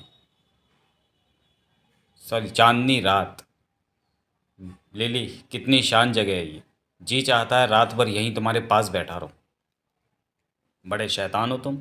उन दोनों को टरकाने के लिए नशे में धुत होने की अच्छी एक्टिंग की तुमने। मैं तो घबरा गई थी। देर रात गए राज अपनी कोठी पर पहुंचा। वह आ रहा है। आज तुम मुझसे पूछना कि वह इतनी रात गए तक बाहर क्यों रहता है। अभी नहीं शांति, सुबह नाश्ते की टेबल पर बात करेंगे। सुबह नाश्ते की टेबल पर। बेटे, अब तक ज़िंदगी को तुमने अपने तरीके से जिया है, पर मैं चाहता हूँ कि अब तुम्हें गंभीरता से अपना व्यापार संभालना चाहिए। तुम अपना कोई व्यापार संभाल लो बेटे, तो मैं तुम्हारा ब्याह कर दूँ। घर में बहू आ जाए तो मैं गंगा नहा लूँ। मैं अभी शादी ब्याह के पचड़े में नहीं पड़ना चाहता माँ। जहाँ तक व्यापार की बात है डैडी, मैं अपने दोस्तों की वजह से व्यापार करना तो चाहता हूँ, पर मेरे पास पैसा कहाँ है। पैसा तो तुम जितना चाहो मैं तुम्हें दे सकता हूँ बेटे, परंतु मुझे ये कैसे विश्वास हो कि तुम्हारे दोस्त तुम्हारे साथ दगा नहीं करेंगे। आजकल भरोसे के दोस्त हैं ही कहाँ। डैडी, मेरे दोस्त धोखेबाज नहीं हैं। वक्त पड़ने पर वे मेरे लिए अपनी जान तक दे सकते हैं। ये तुम्हारा वहम है बेटे। आजकल की दुनिया में सच्चे दोस्त का मिलना बड़ा मुश्किल। फिर भी ये ब्लैंक चेक है, मैंने इस पर हस्ताक्षर कर दिए। ये तुम्हारे ऊपर है कि तुम कितनी रकम इसमें भरते हो। लेकिन अगर तुम असफल हुए तो ये मेरे साथ विश्वासघात होगा। मैं आपका विश्वास कभी नहीं टूटने दूंगा डैडी। राज के जाने के बाद तुम भी कमाल करते हो जी। उसे खाली चेक पर दस्तखत करके दे दिए। पैसे दे देकर तुमने उसे बिगाड़ कर रख दिया। घबराओ मत, समय आने पर सब ठीक हो जाएगा। होटल की एक रिजर्व टेबल पर। राज, ये हमारे लिए चैलेंज है, चुनौती है, और हमें इसे स्वीकार करना चाहिए। हम उन्हें बता देंगे कि हम सफल होंगे। हम फिल्म बनाएंगे राज। तुम उसमें हीरो होगे, मैं कहानी लिखूंगा। लिली मेरे साथ बैंक अकाउंट ऑपरेट करेगी, जॉइंट अकाउंट। ये एक बड़ी जिम्मेदारी है, फिर भी मुझे कोई एतराज़ नहीं है। ठीक है, डैडी ने मुझे ये ब्लैंक चेक दिया है। हमें इसमें कितनी रकम भरनी चाहिए? मेरे ख्याल से 10 लाख काफ़ी होगी। बाकी पैसा हम फिल्म की टेरिटरी बेचकर डिस्ट्रीब्यूटर से ले लेंगे। Cheers for the new mission. Shinde, तुम जल्दी से कहानी तैयार करो। चीयर्स। मैं आज से ही कहानी पर काम शुरू कर दूंगा। मेरे दिमाग में एक ज़बरदस्त आइडिया है, एकदम से हिट फिल्म होगी हमारी। Cheers cheers. राय बहादुर बलदेव राय अपने ऑफिस में। मूल राज जी, राज ने कितना पैसा निकाला है? 10 लाख सर। 10 लाख? ठीक है, अब जाइए। राय बहादुर बलदेव राय के एक परम मित्र हैं मनमोहन। जब तक हर शाम को दोनों शतरंज की बाजी नहीं लगा लेते उन्हें चैन नहीं मिलता था। यार मनमोहन, राज को कैसे समझाया जाए? बहुत बुरी मुसीबत में पड़ गया, बहुत बुरी सोहबत में पड़ गया। पहले अपने राजा को समझो बलदेव। मेरी तरफ से शैबी और मात भी। यार तुमसे जीतना बड़ा मुश्किल है। यार शादी क्यों नहीं कर देते राज की? जब जिम्मेदारी का बोझ पड़ेगा तो सब सही हो जाएगा। लो, एक पैग और लो। नहीं मनमोहन, अब चलता हूँ राय बहादुर के घर पर। अंकल, राज को उसके दोस्तों से बचाइए, वे लोग अच्छे नहीं हैं। मैं जानता हूँ बेटे। बेटे को तरीके से ही समझाना पड़ता है। मैं जल्दी कुछ करूँगा। होटल के एक कमरे में। जैसे ही हीरोइन ने हीरो को देखा, हीरो दिल थामकर ज़मीन पर गिर पड़ता है। हीरोइन चीख कर उसकी ओर दौड़ती है। Cut cut. हीरो ज़मीन पर गिरेगा तो उसका सिर फट जाएगा। फट जाएगा नहीं भाई। नो। हीरोइन अगर दौड़कर हीरो को गिरने से पहले ही थाम ले तो कैसा रहे? अबे मैं मोटे गद्दे ज़मीन पर बिछवा दूंगा। फैंटास्टिक, क्या धांसू आइडिया। वाह लिली, अच्छा आइडिया। अच्छा तुम लोग बैठो, मैं ज़रा चलता हूँ। ठहरो राज, मैं भी चलती हूँ। लेकिन बेबी, एक 5,000 का चेक तो काटती जाओ ज़रा, मुझे होटल का बिल चुकाना है। देखो शिंदे, राज का पैसा फिजूल खर्ची के लिए नहीं है, होटल का बिल दे दिया जाएगा। राज और लिली के जाने के बाद। यार अजय, ये क्या बात हुई? हमें छोटे छोटे खर्चों के लिए भी लिली का मुंह देखना होगा? यार शिंदे, मछली क्या बिना चारा डाले फंस जाएगी? तू बहुत जल्दी करता है। लिली पर भरोसा रख, काम शुरू होने दे। रात को देर से राज शराब के नशे में घर लौटा। डैडी, आप क्या बात है डैडी, आप कुछ परेशान से हैं? तुम आ गए बेटा, मैं कब से तुम्हारी राह देख रहा हूँ। होटल में भी फ़ोन किया था। अरे माँ, तुम रो क्यों रही हो? बात क्या है, खैरियत तो है? राज, भीतर चलो बेटा, मैं तुम्हें बताता हूँ। अनजाने में मुझसे एक बड़ा अपराध हो गया। ये देखो बेटा, मैं इस बंदूक को साफ कर रहा था कि अचानक मुझसे ट्रिगर दब गया और गोली चल गई। अरे फिर क्या? अचानक शन्नो नौकरानी सामने आ गई और गोली सीधी उसकी छाती में जा धंसी और वह तुरंत दम तोड़ गई। यह आपने क्या कर दिया डैडी? इन्होंने क्या जानबूझकर किया बेटा? तकदीर तो मेरी फूटी है। शन्नो की लाश कहाँ है डैडी? कार की डिग्गी में। सोचता हूँ थोड़ी रात और हो जाए तो समुद्र में फेंकाऊँ।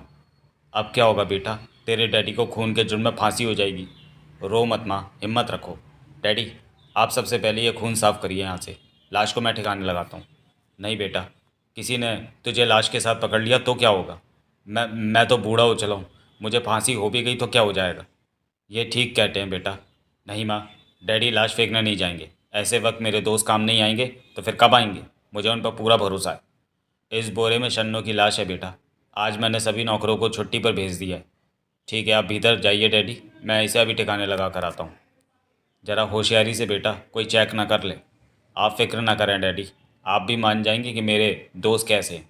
वे मेरे लिए अपनी जान तक दे सकते हैं। बाप रे, पुलिस पीछे। पुलिस पीछे लौटता हूँ तो इसे शक हो जाएगा। हे भगवान रक्षा कर। ये तो ठीक शिंदे के घर के नीचे ही खड़ा है। माफ़ कीजिए, क्या आप मुझे ग्रांट रोड स्टेशन तक छोड़ देंगे? देखिए, मना मत कीजिए, पुलिस की मदद करना हर नागरिक का फ़र्ज़ होता है। ज़रूर आइए, हालांकि मैं उधर नहीं जा रहा हूँ। Thank you very much. Car में। क्या मैं अपने मेहरबान का परिचय जान सकता हूँ? मेरा नाम राज है, मैं राय बहादुर बलदेव राय का बेटा हूँ। ओह, आप तो बांद्रा में रहते हैं? जी हाँ। लेकिन इतनी रात गए आप वर्ली सी फेस पर किसी से मिलने आए होंगे। ओह, फिर तो आपको परेशानी हुई। किससे मिलना था? पुलिस वालों की बस यही तो एक गंदी आदत होती है, बेमतलब किसी के बारे में पूरी जानकारी करना चाहते हैं। आप काफ़ी मजाकिया किस्म के आदमी हैं राज बाबू। मुझे आपसे मिलकर बहुत खुशी हुई। बस उधर सामने मुझे उतार दीजिए, ग्रांट रोड स्टेशन के बाहर। हाय मीना, मैं अभी आता हूँ, 1 मिनट में। अच्छा राज बाबू, लिफ्ट के लिए शुक्रिया। तो ये था आपका ज़रूरी काम इंस्पेक्टर। यार, ये मेरी बीवी है, ड्यूटी से लौट रही है, हॉस्पिटल में नर्स है। थैंक यू मिस्टर राज, कभी मेरी ज़रूरत पड़े तो मैं तुम्हारे काम आ सकता हूँ। ओके इंस्पेक्टर, कभी ज़रूरत पड़ी तो याद करूँगा। Good night. हे भगवान, बाला टली जान छूटी। वर्ली सी फेस पर शिंदे के बंगले पर। यह हरामी कुत्ता भी अभी आना था। शायद इसे लाश की गंध लग गई है। राज, तुम इस वक्त खैरियत तो है? शिंदे, मेरे साथ आओ। एक बहुत ज़रूरी काम से तुम्हें मेरे साथ चलना है। एक लाश को ठिकाने लगाना है। क्या? क्या बक रहे हो तुम? किसकी लाश? तुमने किसी का खून कर दिया? मैंने किसी का खून नहीं किया शिंदे। गलती से बाबूजी गोली चला बैठे और हमारी नौकरानी शन्नो गोली की चपेट में आ गई। चल जल्दी मेरे साथ। ना बाबा ना, मैं इस लफड़े में नहीं पड़ता। सॉरी राज। ठीक है, मैं खुद ही इसे ठिकाने लगा लूँगा। मुझे नहीं मालूम था कि तुम केवल मतलब के यार हो। मुझे गलत मत समझ राज, मैं खून से बहुत डरता हूँ। पर लाश है कहाँ? ये देखो, अपनी आंखों से अच्छी तरह देख लो। इसे पानी में फेंकने में हमें 2 मिनट से ज़्यादा नहीं लगेंगे। अरे बाप रे, खून! नहीं भाई, मुझे माफ़ करो राज, तुम इसी वक्त यहाँ से चले जाओ। चलो जल्दी करो, कुत्ता भौंक रहा है। मुझे पता नहीं था कि तुम इतना डरपोक हो, वरना मैं तुम्हारे पास कभी नहीं आता। राज, मैं कानून से बंधा एक शरीफ नागरिक हूँ। दोस्ती के नाते मैं केवल इतना कर सकता हूँ कि अपनी ज़ुबान बंद रखूँ। साला धोखेबाज कुत्ता, वक्त पर दगा दे गया। अबे तू क्यों भौंक रहा है साले? कार्टर रोड पर डांडा के पास। डम डम डम। सारा रास्ता ब्लॉक कर रखा है, कोई सुन ही नहीं रहा। पुलिस? ए साहब, गाड़ी बैक करके ले जाओ, ये लोग रास्ता नहीं छोड़ने वाले। कार इस बार एक ऊंची इमारत के सामने जाकर रुकी। लिली मुझे प्यार करती है, वह ज़रूर मेरी मदद करेगी। शिंदे को तो मैं देख लूँगा, साले सब के सब मेरे पैसे के पीछे हैं। पर लिली ऐसी नहीं है। इमारत में। धत तेरी की, लिफ्ट को भी आज ही ख़राब होना था। अगर लिली ने भी मना कर दिया तो मैं कहीं का नहीं रहूँगा। लेकिन लिली मना नहीं करेगी, मैं जल्दी उससे शादी करने वाला हूँ। She is my sweet heart. नहीं, वह मना नहीं करेगी। पर अभी तो 3 मंजिल और हैं और मेरी जान निकल रही है। 8वीं मंजिल। कोई आ क्यों नहीं रहा? लगता है गहरी नींद में सोई है, पर अभी तो 12 बजे, अभी से सो गई क्या? थोड़ी देर बाद। अरे राज बाबू, आप इतने घबराए हुए क्यों हैं? मेम साहब नहीं आई? क्या लिली घर पर नहीं है? कहाँ गई है वह? वे तो शाम को आपके साथ ही गई थी, तब से वे अभी तक लौट कर नहीं आई। ये लिली की बच्ची कहाँ मर गई? शाम को तो उसे मैं यहीं छोड़ कर गया था। मॉडलिंग के लिए कहीं वह अजय के यहाँ ना गई हो? वह ज़रूर वहीं गई होगी, अजय के बंगले पर। कितनी खूबसूरत जगह है, एकांत भी है। हम लाश को यहाँ आसानी से ठिकाने लगा सकते हैं। हाय राज, आओ प्यारे। अकेले बैठकर पीने में मज़ा नहीं आता यार। दुनिया बेवफा हो जाए पर तू मत होना यार। अब अकेले कैसे पी रहा है? लिली कहाँ है? वह तो तेरे पास ही आई थी। यार क्यों ज़ख्मों को कुरेदता है? जब से वह तेरी सोबत में पहुंची है, अपन को तो घांसी नहीं डालती। लेकिन इस समय तू कहाँ से आ रहा है? दोपहर को तो लिली तेरे साथ ही गई थी, तब से कसम से मैंने उसे नहीं देखा। पता नहीं कहाँ चली गई, लेकिन यार मैं इस वक्त एक दूसरे ही काम से तेरे पास आया हूँ। तुझे मेरी मदद करनी होगी। बोलना यार, काहे को फालतू बात करता है? अपना यार के वास्ते अपनी जान भी दे सकता है। अजय, मुझसे अपनी नौकरानी का खून हो गया। अच्छा बेटा, हम ही मिले बनाने को। रात के 12:30 बज चुके और मेरे को मालूम है आज 1 अप्रैल है। वाह, 1 अप्रैल फूल। खूब। मैं मजाक नहीं कर रहा हूँ अजय, वाकई मुझसे खून हो गया है। लाश कार की डिग्गी में बाहर पड़ी है, तू चलकर अपनी आंखों से देख ले। लाश? खून? हाँ अजय, मेरी मदद कर यार, चल हम उसे समुद्र में फेंक देते। नहीं बाबा नहीं, मैं इस मामले में तुम्हारा साथ नहीं दे सकता राज। तुम इसी वक्त यहाँ से चले जाओ, इस बला को फ़ौरन हटाओ यहाँ से। ठीक है, मैं जाता हूँ। शिंदे ने भी वही कहा जो तुम कह रहे हो। थोड़ा आगे चलने पर सब साले मतलबी यार है। कहते थे राज हम तेरे लिए अपनी जान तक दे देंगे। स्टूपिड। ये जगह सुनसान है, मैं खुद ही लाश को डिग्गी से निकाल कर फेंक देता हूँ। यहाँ कोई नहीं है, जल्दी से लाश फेंक कर चलता बनूँ। तभी ए मिस्टर, क्या है? यार घबराओ मत, ये मिस्टर सान्याल हैं। इनकी माँ को हार्ट अटैक हुआ है, फ़ौरन अस्पताल पहुँचना है, थोड़ी मदद करो। Heart attack? कहाँ है? चलिए मैं चलता हूँ। ये अटैची आपकी डिग्गी में रख दूँ? नहीं लाइए, मुझे दीजिए, डिग्गी का लॉक खुल नहीं रहा है। ओके यंग मैन, इंसानियत के नाते तुम एक भला काम कर रहे हो। हॉस्पिटल के बाहर। थैंक यू मिस्टर राज, मैं आपका बहुत एहसानमंद हूँ, शायद मेरी माँ बच जाए। हे राज ठहरो, मुझे बांद्रा जाना है, मैं आ रही हूँ। जूली मैं बांद्रा नहीं, चर्च गेट जा रहा हूँ, सॉरी। आज जिसे देखो वही मेरे पीछे पड़ रहा है, समझ में नहीं आता क्या करूँ। घर पर ही चलना चाहिए, डैडी मम्मी परेशान हो रहे होंगे। अपनी कोठी के लॉन पर। क्या हुआ बेटे, लाश को ठिकाने लगा दिया? नहीं डैडी, मेरे सारे दोस्त नालायक निकले, किसी ने मेरी मदद नहीं की। No sympathy. हे भगवान, अब क्या होगा? सब ठीक हो जाएगा, तुम मेरे साथ आओ बेटे। मैं कोशिश करता हूँ, शायद काम बन जाए। इस धरती पर दोस्त बड़ी मुश्किल से मिलते हैं। मनमोहन के शानदार बंगले पर। आओ बलदेव। यार हमें याद भी किया तो इतनी रात में। खैर आओ, एक एक जाम हो जाए इसी बात पर। नहीं मनमोहन, इस वक्त तो मैं बड़ी भारी मुसीबत में पड़कर तेरे पास आया हूँ। अरे यार मुसीबत भी हल हो जाएगी, तू भीतर तो आ। हाँ अब बता क्या मुसीबत है? मनमोहन, मुझसे अपनी नौकरानी शन्नो का खून हो गया, लाश कार की डिग्गी में। बस यही बात थी? फिर इसमें परेशान होने की क्या बात है? चल पहले उस लाश को ही ठिकाने लगा दें, बाद में जश्न मनाएंगे। संभल कर बेटा, कोठी के पीछे ले चलना है। Yes uncle. अभी थोड़ा और खोदो बेटे, ये तुम्हें ही खोदना है, नौकरों को नहीं बुला सकता। बस अब ठीक है। इस बोरे सहित लाश को गड्ढे में फेंक दो बेटा, और ऊपर से मिट्टी डाल दो। ज़रा ठहरो राज, मेरा ख्याल है कि लाश को बोरे से निकाल कर गड्ढे में डाला जाए। इससे क्या फ़ायदा डैडी? फिर इस बोरे को कहाँ डालेंगे? राज, एक बार तुम इस लाश का चेहरा तो देख लो। बोरा खोलने पर। ये क्या डैडी, ये तो शन्नो नहीं है। ये क्या मजाक है बलदेव? रबर कागज़ और मिट्टी की बनी ये मूर्ति, ये क्या बकवास है? ये बकवास 1 अप्रैल की है मनमोहन। दूसरे में राज को दिखाना चाहता था कि उसके दोस्त उसके लिए कितने खैर ख्वाह हैं। राज बेटे, कभी कभी एक बुरा मजाक भी अच्छा ही बन जाता है। आओ, जो गड्ढा तुमने खोदा था उसे हम सब मिलकर भर दें। नहीं डैडी, ये गड्ढा मैंने ही खोदा था, मैं ही इसे भरूंगा। नशे में आदमी लाल स्याही को भी खून समझने लगता है। डैडी, मैं आपसे वायदा करता हूँ, अब शराब को हाथ भी नहीं लगाऊंगा, बेकार के दोस्तों को छोड़ दूंगा। शाबाश बेटे, मुझे तुमसे ऐसी उम्मीद थी। मैंने कहा था ना, इस दुनिया में दोस्त बड़ी मुश्किल से मिलते हैं। हाँ, और जो मिलते हैं वे एक नंबर के गधे होते हैं, मेरी तरह। दूसरे दिन अपनी कोठी पर शानदार ड्राइंग रूम में। मम्मी, आपने ये एक्टिंग कहाँ से सीखी? कसम से आप तो इस तरह रो रही थी कि मेरा कलेजा ही हिल हिल उठा था। तेरे डैडी के साथ रह रहकर एक्टिंग भी सीख ली मैंने। अच्छा बेटे, अब तुम्हारा क्या प्रोग्राम है? जैसा आप कहें डैडी, फिल्म कंपनी में बंद कर रहा हूँ। बेटा, फिलहाल तुम विश्वनाथ से मिलाओ। विश्वनाथ कौन डैडी? अरे विश्वनाथ को तू भूल गया? अपने स्वर्गीय प्रतापनाथ के बेटे बैरिस्टर विश्वनाथ। कल वे यहाँ आए थे। तो ऐसा कहो ना daddy, barrister Vishwanath. Barrister Vishwanath के पास। अरे राज तुम, आओ आओ। आज कैसे इधर का रास्ता भूल गए भाई? इन्हें अपने यार दोस्तों से फुर्सत मिले तो आपके पास आए भैया। नमस्कार भाई साहब, लगता है आरती मुझसे बहुत ज़्यादा खफा है। वाह साहब, हमें नाराज़ होने का हक भी नहीं रहा, और डैडी चाहते थे कि हम आपके घर की बहू बने। और आज बहुत दिनों बाद आए हो, चलो अंदर चलते हैं। आरती, फाइलें मेज पर रख दो। पुलिस स्टेशन, खार।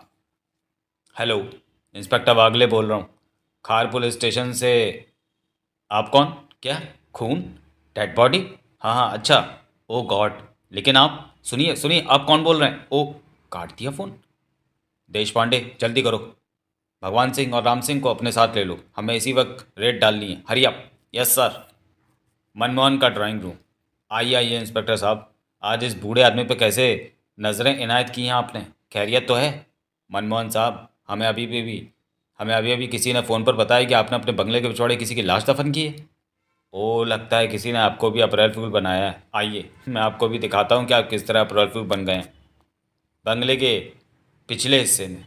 ज़रा आराम से भाई, ठहरो देश पांडे, बोरे को आराम से बाहर खींच लाओ। राम सिंह, भगवान सिंह, तुम भी हाथ लगाओ। Yes sir. अरे नहीं, हे भगवान, ये क्या माजरा है? माजरा अभी आपकी समझ में आ जाएगा मिस्टर मनमोहन, हमारी इन्फॉर्मेशन गलत नहीं थी। कौन है ये लड़की? आपने इसकी हत्या क्यों की? भगवान सिंह, गिरफ्तार करो इन्हें। दूसरे दिन, अरे नहीं, ये नहीं हो सकता। राज, जल्दी चलो।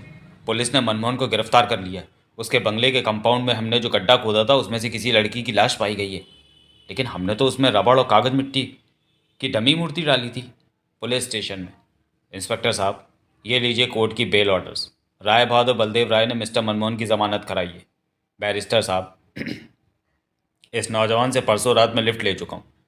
छोड़ तो मैं इनके कहने पर भी देता, पर आप तो कानूनी दायरे को समझते हैं।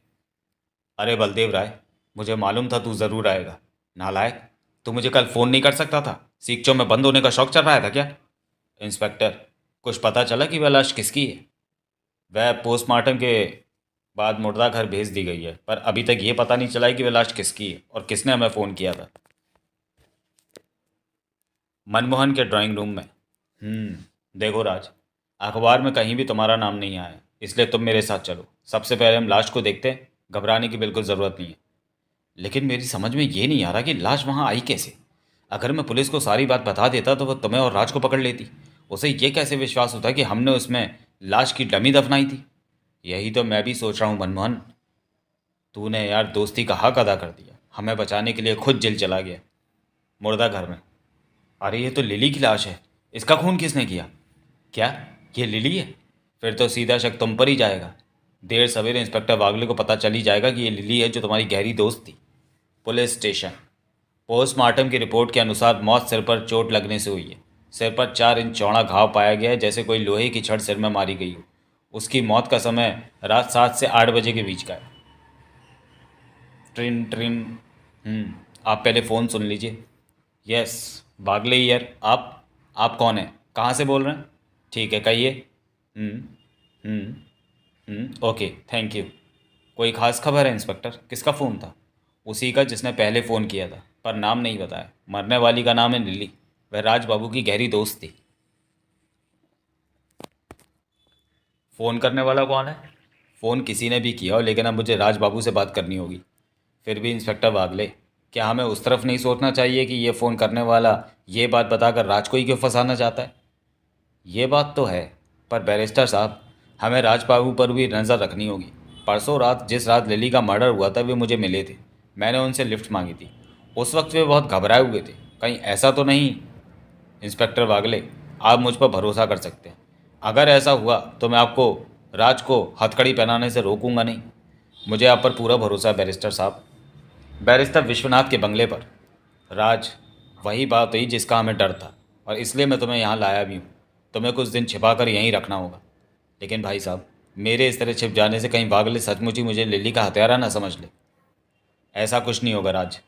लेकिन ये भी तो हो सकता है कि तुम्हारे डैडी ने लिली से तुम्हारा पीछा छुड़ाने के लिए मनमोहन की मदद ली हो, और उसे ख़त्म कराने के बाद ये सारा नाटक किया हो। बाद में मनमोहन की नीयत में फ़र्क आ गया हो और उसने पुलिस में खुद ही फ़ोन करके बता दिया हो कि लाश उसके बंगले में छिपाई गई है। पर इसमें एक बात है भैया, मनमोहन पुलिस में फ़ोन करके सही बात भी तो बता सकता था। वह फिर खुद ही जेल क्यों गया? नहीं, मेरा मन नहीं मानता। मनमोहन अंकल ऐसा नहीं कर सकते। ठीक है, अभी से कुछ फैसला करना ठीक नहीं होगा। मुझे थोड़ा मामले की तह में जाने तो फिर देखेंगे। आरती, तुम यहाँ का ख्याल रखना। आप यहाँ की चिंता ना करें भैया। मनमोहन का शानदार किचन गार्डन।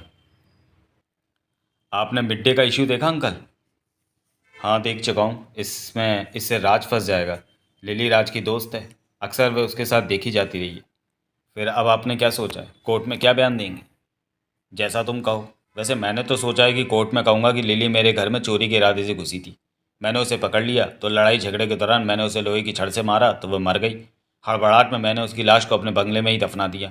मेरे इस बयान से बलदेव व राज पर कोई आँच नहीं आई। लेकिन आपको ये कैसे पता चला कि लिली को लोहे की छड़ से मारा गया है, या लोहे की कोई भारी चीज़ सिर पर लग जाने से उसकी मृत्यु हुई है? वाह बैरिस्टर साहब, ये बाल मैंने धूप में सफ़ेद नहीं किए हैं। पोस्टमार्टम की रिपोर्ट में देख चुका हूँ। मैंने एक लोहे की छड़ी भी ढूंढ ढांड कर रख छोड़ी है। दिखाऊं आपको? नहीं अंकल, उसकी कोई ज़रूरत नहीं है। अभी आप अपने इसी बयान पर डटे रहिए। आत्मरक्षा में की गई हत्या हत्या नहीं कहलाती। शिंदे के बंगले पर। आप मिस्टर शिंदे, आप राज के दोस्त हैं। लिली भी आपकी दोस्त है। आप फिल्मों में कहानियाँ लिखते हैं। आपका इंटीरियर डेकोरेशन का भी बिजनेस है फोर्ट में। जी हाँ, ये सही है। मिस्टर शिंदे, क्या लिली 31 मार्च की रात को आपके पास आई थी? जी नहीं, रात को नहीं, दोपहर को ज़रूर वह मेरे साथ थी।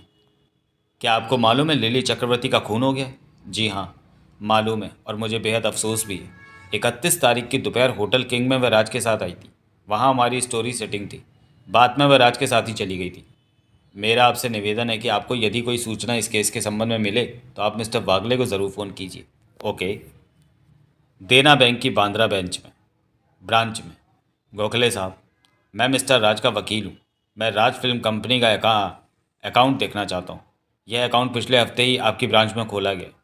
ठीक है मिस्टर बैरिस्टर, मैं मंगाता हूँ। एक प्रार्थना आपसे, और अगर कोई चेक भुगतान के लिए अब आए तो आप उसका पेमेंट रोक दें। लिली चक्रवर्ती के फ्लैट पर। ओह, तो आप पहले से ही यहाँ मौजूद हैं इंस्पेक्टर वांगले? आइए बैरिस्टर साहब, कुछ पता चला? Any progress? भाई मैं तो खुद आपसे पूछने वाला था। देखो भाई, घबराओ मत, तुम्हें कुछ नहीं होगा। साफ साफ बताओ क्या हुआ था। साहब, हमको नहीं मालूम किसने हमारी मेम साहब को मारा। वे बहुत अच्छी थी साहब। ठीक है, आगे बोलो। वे कब यहाँ से गई थी? साहब, लिली मेम साहब 31 तारीख को शाम 6 बजे यहाँ से गई थी। फिर वे लौट कर नहीं आई साहब। वे राज बाबू के साथ यहाँ से गई थी साहब। दोपहर से अक्खा 6 बजे तक राज बाबू यहीं उनके पास ही थे साहब। वह पहने क्या थी? नीले रंग की साड़ी पहनी हुई थी साहब। गले में एक जड़ाऊ नेकलेस भी था। राज बाबू ने उसी दिन वह नेकलेस उन्हें दिया था। अच्छा भाई, राज बाबू ने एक चेक बुक उनके पास रख छोड़ी थी। इस वक्त वह कहाँ होगी? मैंने यहाँ पूरी तलाशी ले ली है बैरिस्टर साहब। ऐसी कोई चेक बुक यहाँ नहीं है। बैरिस्टर विश्वनाथ के बंगले पर। देखो राज, बैंक में मैंने तुम्हारा अकाउंट देखा है, पर जैसा कि तुम कहते हो कि एक ब्लैंक चेक तुमने लिली को दिया था, उसका कहीं पता नहीं चल रहा। चेक कहाँ जा सकता है? इस बीच पुलिस स्टेशन पर। इंस्पेक्टर साहब, जिस रात लिली का खून हुआ था उस रात लगभग 12:30 बजे अपनी कार की डिग्गी में एक लाश लेकर मेरे पास आया था और चाहता था कि मैं उसे ठिकाने लगाने में उसकी मदद करूं। ओह, तो ये बात थी। तभी उस रात मुझे लिफ्ट देते हुए घबरा रहा था। उस रात वो मुझे वर्ली सी फेस पर मिला था। इसका मतलब है उस वक्त उसकी डिग्गी में लाश होगी। ज़रूर होगी सर। उसने मुझे डिग्गी खोलकर भी दिखाई थी। लाश एक बोरे में बंद थी। राज ही लिली का खूनी है। आप मेरे गवाह हैं। मैं उसे गिरफ्तार कर रहा हूँ। बैरिस्टर विश्वनाथ के बंगले पर। देखो राज, लिली की नौकरानी के बयान ने केस तुम्हारे खिलाफ कर दिया। उसका कहना है कि उस दिन दोपहर से शाम 6 बजे तक तुम लिली के साथ थे और तुमने एक कीमती हार भी उसी दिन उसे दिया था, और शाम को तुम दोनों साथ साथ ही फ्लैट छोड़कर गए थे। हाँ, ये सच है, लेकिन नीचे आकर मैं एक प्राइवेट क्लब चला गया था और वह मॉडलिंग की सिटिंग के लिए चली गई थी। यू मीन जुआ? तुम उस वक्त एक प्राइवेट क्लब में जुआ खेल रहे थे? कौन यकीन करेगा तुम्हारी इस बात पर? देखो, अच्छा यही है कि अब तुम चुपचाप पुलिस के सामने सरेंडर कर दो। कहीं जाने की ज़रूरत भी नहीं है, मैं हाजिर हूँ। मिस्टर राज, तुम्हारे दोस्त अजय ने बयान दिया है कि उस रात तुम लिली की लाश को बोरे में बंद करके उससे मदद मांगने गए। अगले दिन खूबसूरत मॉडल लिली के हत्यारे का पता चला। राय बहादुर बलदेव राय का याश बेटा राज पुलिस के हाथों गिरफ्तार। मनमोहन अपने बंगले पर। नहीं, ये नहीं हो सकता, खून मैंने किया है। भैया, मैं राज को अच्छी तरह पहचानती हूँ। वह चाहे कितना भी बिगड़ा हुआ रहा हो, पर किसी का खून नहीं कर सकता। आरती, तुम लॉ ग्रेजुएट होकर रो रही हो? छी, तुम्हारे तुम्हारे और बिना पढ़ी लिखी एक तुम्हारे और बिना पढ़ी लिखी एक साधारण लड़की में फिर फ़र्क ही क्या रहा? देखो, अगर राज ने लिली का खून नहीं किया तो मैं उसे हर हालत में बचाने की पूरी कोशिश करूँगा। धीरज रखो शांति। मैं जानता हूँ तुम माँ हो, लेकिन इस तरह रोने से कुछ नहीं होगा। राज को बचाने के लिए मैं कुछ भी करूँगा। विश्वनाथ पर भरोसा रखो। क्या भरोसा रखूं? मेरे बेटे को पुलिस उसी के घर से पकड़ कर ले गई है। तुम्हारे उस बेहूदे मजाक ने मेरे बेटे को फंसा दिया। अतिरिक्त सत्र न्यायाधीश मिस्टर अत्रे के सामने मुकदमा शुरू हुआ। योर ऑनर, मेरे बुजुर्ग वकील ने पुलिस के स्टेटमेंट के अनुसार मेरे मुवक्किल मिस्टर राज को लिली चक्रवर्ती की हत्या का मुजरिम करार दिया, जबकि ये सही नहीं है। मैं इंस्पेक्टर वागले से कुछ सवाल पूछने की इजाज़त चाहता हूँ। इजाज़त है। इंस्पेक्टर वागले, आपने आरोप लगाया है कि अभियुक्त राज आपको 31 तारीख की रात 11:30 बजे वर्ली सी फेस पर मिला, जहां आपने उससे लिफ्ट मांगी थी। क्या लाश उसका कार में थी? जी नहीं, डिग्गी खोलकर मैंने नहीं देखा। इंस्पेक्टर वागले, आपके गवाह अजय मजूमदार का कहना है कि अभियुक्त लिली की लाश कार की डिग्गी में डालकर उसके यहाँ आधी रात के बाद आया था, जबकि पोस्टमार्टम की रिपोर्ट के अनुसार हत्या 7 और 8 के बीच हुई। क्या आप बता सकते हैं कि इन 4 घंटों के बीच में मिस्टर राज क्या करते रहे? जी, मैं कह नहीं सकता। अच्छा इंस्पेक्टर वागले, वह हथियार आपको मिला जिससे लिली की हत्या की गई थी? जी नहीं। योर ऑनर, ये नोट किया जाए। नोट कर लिया है। अगली सुनवाई 15 अप्रैल को की जाएगी। तब तक पुलिस को मर्डर वेपन तलाश करने का आदेश दिया जाता है। शिंदे के फ्लैट पर। मिल गया भैया। देखो, राज के दस्तखत से पूरे 5 लाख का चेक है। इसका मतलब है शिंदे ने लिली का खून इसलिए कर दिया कि उसने चेक पर दस्तखत नहीं किए। कुछ मिला आरती? हो सकता है, पर अभी शिंदे के आने से पहले निकल चलो यहाँ से। वापस आते हुए, अरे ये मोती कैसा है? लगता है किसी माला का है, लेकिन इतना बड़ा, कीमती है। कहाँ मिला ये? लगता है किसी नेकलेस से टूट कर गिरा मोती है। राज की गाड़ी में ये कहाँ से आया? हाँ, मुझे भी ऐसा लगा। यहाँ पिछली सीट पर पड़ा हुआ था। ये लिली के हार का तो नहीं?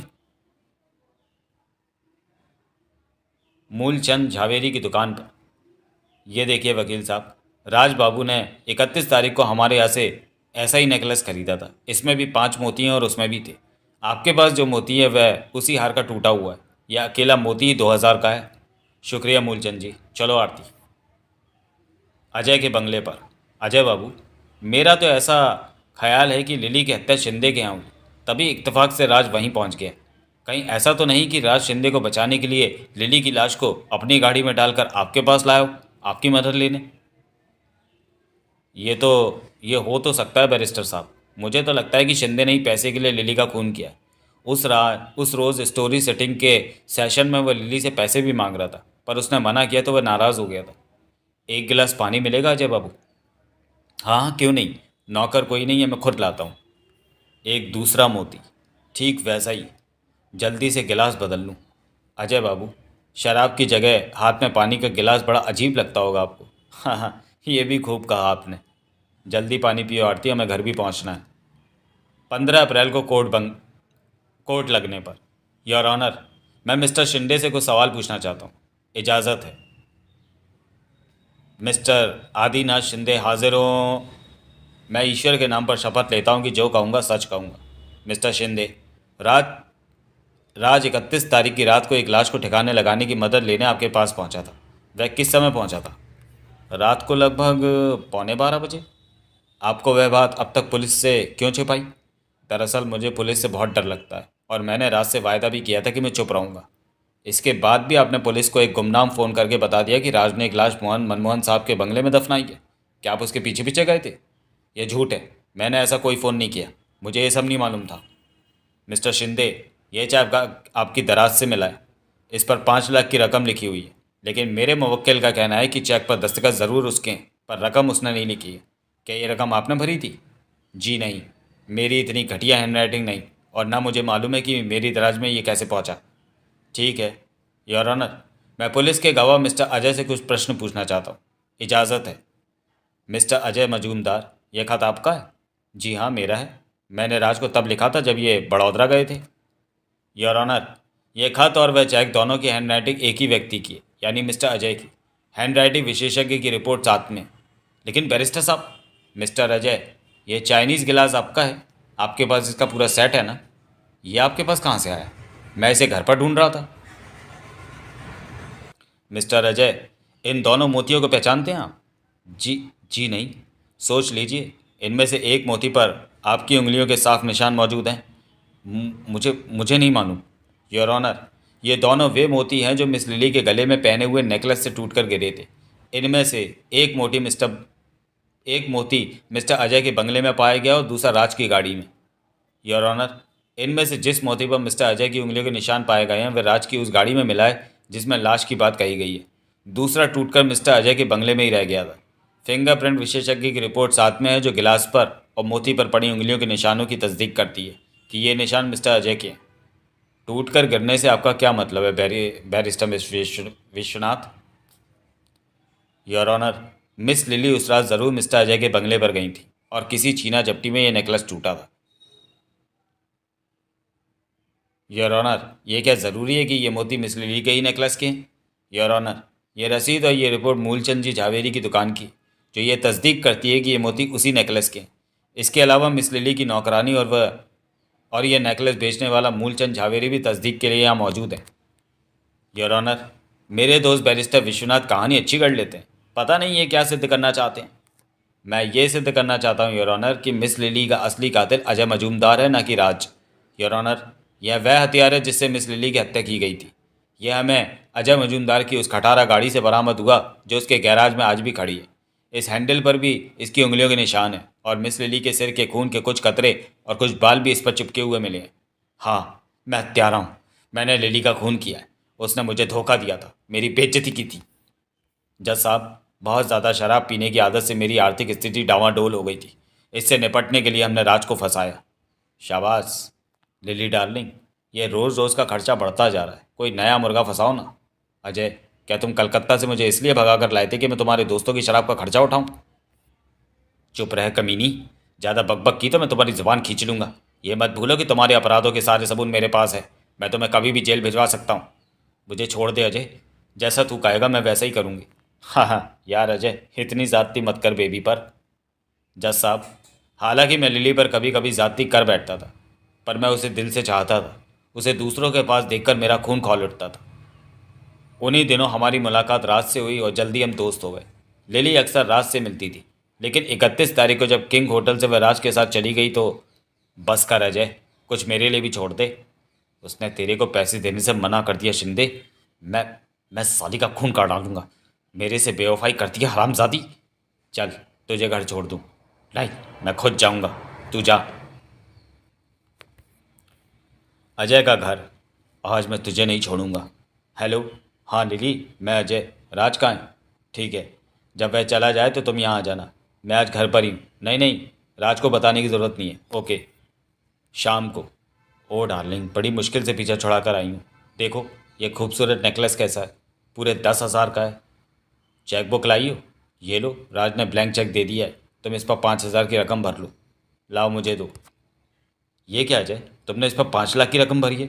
नहीं, मैं इस पर दस्तखत नहीं करूँगी। तेरा तो बाप भी करेगा हरामजादी। बोल, करेगी दस्तखत या नहीं? मैं तेरा गला तब तक नहीं छोड़ूंगा जब तक तू हाँ नहीं करेगी। मैंने कह दिया, मैं दस्तखत नहीं करूँगी। मैं राज को धोखा नहीं दे सकती। उसे नहीं, मुझे धोखा दे सकती है। ले मार, ठाक आ। हे भगवान, ये मैंने क्या किया? जज साहब, लिली की हत्या करके मैं बहुत ज़्यादा घबरा गया था। मैंने और भी ज़्यादा शराब पी और लिली की लाश को घसीट कर अपने गैरेज में डाल दिया। नेकलेस छिपा दिया। फिर फिर मैं सोचता रहा कि लिली की लाश को कैसे हटाऊं। रात के 12:30 बजे राज अचानक मेरे पास पहुंचा और उसने अपनी समस्या मेरे सामने रखी। मैंने राज को मदद मदद देने से मना कर दिया, लेकिन तभी मेरे दिमाग में एक योजना आई। राज जब जाने लगा तो मैंने टूटे हुए नेकलेस का एक दाना राज की कार में फेंक दिया। सोचा कि पुलिस जब राज की गाड़ी देखेगी और मोती वहाँ से मिलेगा तो शक उसी पर जाएगा। उसके बाद मैंने राज की कार का पीछा किया और वह सब देखा सुना कि किस तरह से उसके पिता ने उसे ठीक रास्ते पर लाने के लिए उसे 1 अप्रैल फूल बनाया था। मैं घर लौटा, लिली की लाश को उठाया और गाड़ी में रखकर मनमोहन के यहाँ पहुँचा। जी हाँ बैरिस्टर साहब, वहाँ मैंने रबर कागज़ से बनी डमी लाश का बोरा बाहर निकाला और लिली की लाश उसी बोरे में भरकर गड्ढे में डाल दी और उसे भर दिया। वहाँ से उस डमी लाश को समुद्र में फेंक कर मैं शिंदे के पास पहुँचा। क्या बात है अजय, तुम घबरा क्यों रहे हो? यार शिंदे, राज लिली की लाश लेकर मेरे पास आया था। मैंने उसे भगा दिया। वह चाहता था कि मैं उस लाश को ठिकाने लगाने में उसकी मदद करूं। क्या? वह लिली की लाश थी? वह तुम्हारे पास भी गया था? लेकिन वह तो अपनी नौकरानी की बात कर रहा था। जज साहब, शिंदे मेरे लिए शराब का पैक बनाने लगा। तभी मौका देखकर मैंने वह 5 लाख का चेक शिंदे की दराज में डाल दिया और घर लौट आया। दूसरे दिन मैंने इंस्पेक्टर बागले को फ़ोन कर दिया और अपना नाम ना बताकर फ़ोन बंद कर दिया। अब मेरा कुछ नहीं होगा। पुलिस पकड़ेगी तो राज को पकड़ेगी या फिर शिंदे फंसेगा।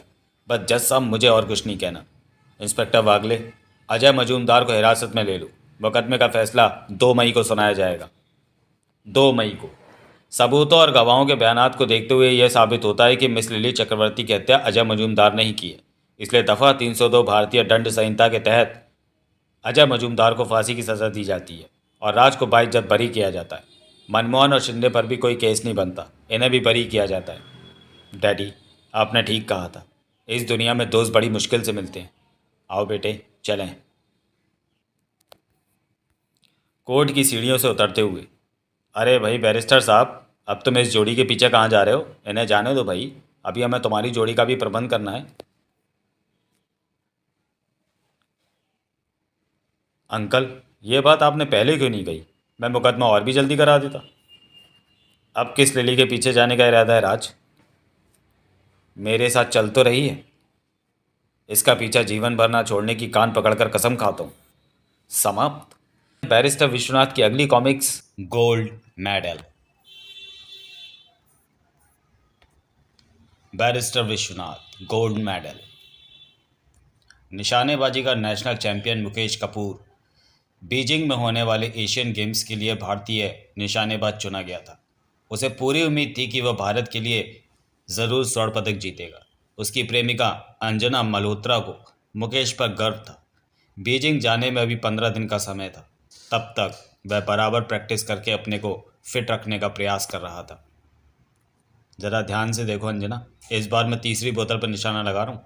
मुकेश, बोतलें तो तुम सुबह से तोड़ रहे हो, अब बोतलें भी ख़त्म हो चली हैं। बेहतर होगा तुम अब अपना निशाना बोतलें लटकाने वाली डोरी पर लगाओ। ओके, तुम मुझे चैलेंज कर रही हो? मैं इससे भी बारीक निशाना लगा सकता हूँ। मुकेश ने शूट किया। वाह! अचानक पलटकर उसने आकाश में काफ़ी ऊपर उड़ती एक चील को गोली से उड़ा दिया। ये क्या किया तुमने? उस बेचारी चील को क्यों शूट कर दिया? ये देखो, कमबख्त ने कंधे पर पीट कर दी है। बस केवल इतनी सी बात के लिए तुमने उसे मार डाला? यह ज़रा सी बात है। एक अदना सा चील एशिया के होने वाले शूटिंग चैंपियन पर अपनी गंदगी डाल जाए और मैं देखता रहूं? तुम तो खतरनाक आदमी हो। कल को अगर कोई हमारे बीच में आ जाए तो तुम उसे भी मार डालोगे? ज़रूर मार डालूंगा अगर कोई तुम्हें मुझसे छीनने की कोशिश करे तो। मुकेश दोबारा राइफल में गोली भरने लगा। मुकेश, अब बंद करो। मुझे दीदी से इजाज़त लेकर सपना के साथ मैट्नी शो देखने जाना है। ठीक है, तुम जाओ, मैं अभी प्रैक्टिस करूँगा। सड़क पर आकर अंजना ने एक टैक्सी रोकी। कहाँ जाएंगी मैडम? लिंक रोड, खार। अंजना की जाती एक लाल रंग की मारुति सड़क के किनारे खड़ी मुकेश की सफ़ेद रंग की मारुति के पास जाकर रुकी। सपना, वह देखो, मुकेश प्रैक्टिस कर रहा है। क्यों नहीं प्रैक्टिस करेगा? आखिर नेशनल चैंपियन है, बीजिंग जा रहा है। एक तुम हो जो हर बार उससे पिछड़ जाते हो। दोनों कार से उतरकर मुकेश के पास पहुंचे। हाय मुकेश। हाय राजेश। अरे सपना, तुम तो अंजना के साथ मेट्रो में मैट्नी शो देखने जानी थी। जाने वाली थी लेकिन प्रोग्राम बदल गया, देख नहीं रहे हो? हाँ भाई, राजेश साथ है, फिर और क्या चाहिए। लो, निशाना लगाओगे राजेश? अब यार तुम्हारे सामने क्या निशाना लगाऊं? इस बार तुम फिर हाथ मार गए। फिर भी लाओ, एक शॉट लगाता हूँ। राजेश ने पोजीशन लेकर निशाना लगाया। ठाई! वाह यार, कमाल का निशाना है तुम्हारा। पता नहीं वे तुम्हें क्यों सेलेक्ट नहीं करते? इसलिए कि भारतीय खेल परिषद में विनय मांजरेकर की तरह मेरा कोई गॉडफादर नहीं है। ताने क्यों मार रहे हो यार? तुम भी अपना कोई गॉडफादर बना लो। आजकल तो इसके बिना काम नहीं चलता। ज़रूर सोचूंगा। मैं भी। Thank you. चलता हूँ। आओ सपना। उनके जाने के बाद मुकेश का मन उखड़ गया। उसने अपना सामान समेटा और कार की डिग्गी में डाला। सारा मूड खराब कर दिया साले ने। पर यह अंजना कहाँ गई? वह बांद्रा स्थित अपने फ्लैट पर पहुंचा तो दरवाज़ा खुला पाकर चौंक उठा। हड़बड़ाहट में वह भीतर घुसा तो सोनिया नहीं। बेहद घबराहट में बंद किया। हे भगवान, ये क्या हो गया? सोनिया यहाँ कैसे आई? किसने मारा इसे? हिम्मत करके वह लाश के पास पहुंचा। ये तो मेरी रिवॉल्वर है। क्या सोनिया ने आत्महत्या कर ली? अब मैं क्या करूं? अंजना ज़रूर यही सोचेगी कि मैंने उसकी बहन को मारा है। तभी टेलीफोन की घंटी बज उठी। ट्रिंग ट्रिंग। बाप रे, अब किसका फ़ोन आ गया? मुकेश ने रिवॉल्वर जल्दी से जेब में डाली और कांपते हाथों से रिसीवर उठाया। हेलो, कौन? हाँ, मैं मुकेश बोल रहा हूँ। आप? अरे अंजना, तुम कहाँ से बोल रही हो? घर से? क्यों, पिक्चर नहीं गई? सोनिया घर पर नहीं है। ओह, मैं तो घर चला आया था। क्या? नहीं नहीं, यहाँ मत आना, मैं एक ज़रूरी काम से बाहर जा रहा हूँ। नहीं, ओके बाय। ठीक इसी वक्त पुलिस हेडक्वार्टर में इंस्पेक्टर वागले अपने दोस्त बैरिस्टर विश्वनाथ के साथ चाय की चुस्कियाँ ले रहा था कि टेलीफोन की घंटी गनगना उठी। Train train.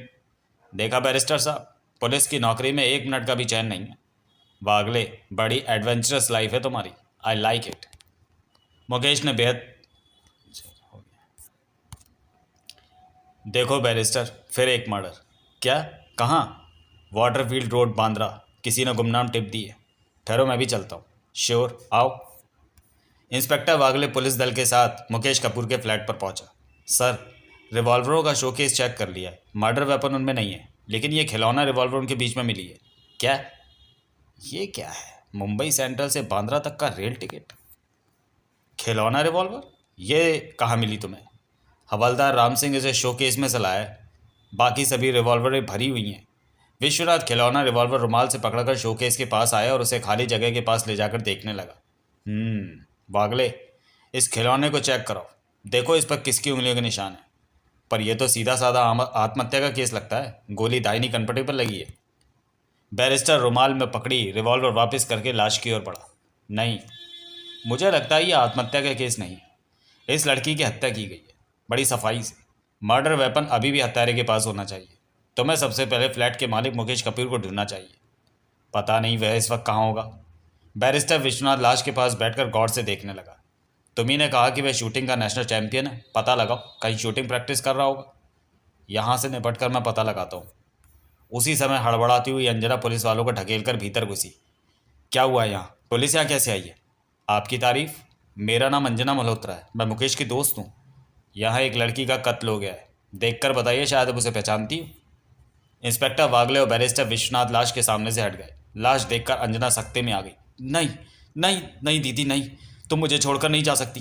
दीदी? ये तुम्हारी दीदी है? इससे पहले कि अंजना चीख मारकर युवती की लाश के ऊपर गिरती, इंस्पेक्टर वागले ने उसे बाहों में संभाल लिया। नहीं बेबी नहीं, लाश को छूना नहीं। इंस्पेक्टर छोड़ दो मुझे, मुझे दीदी के पास जाने दो।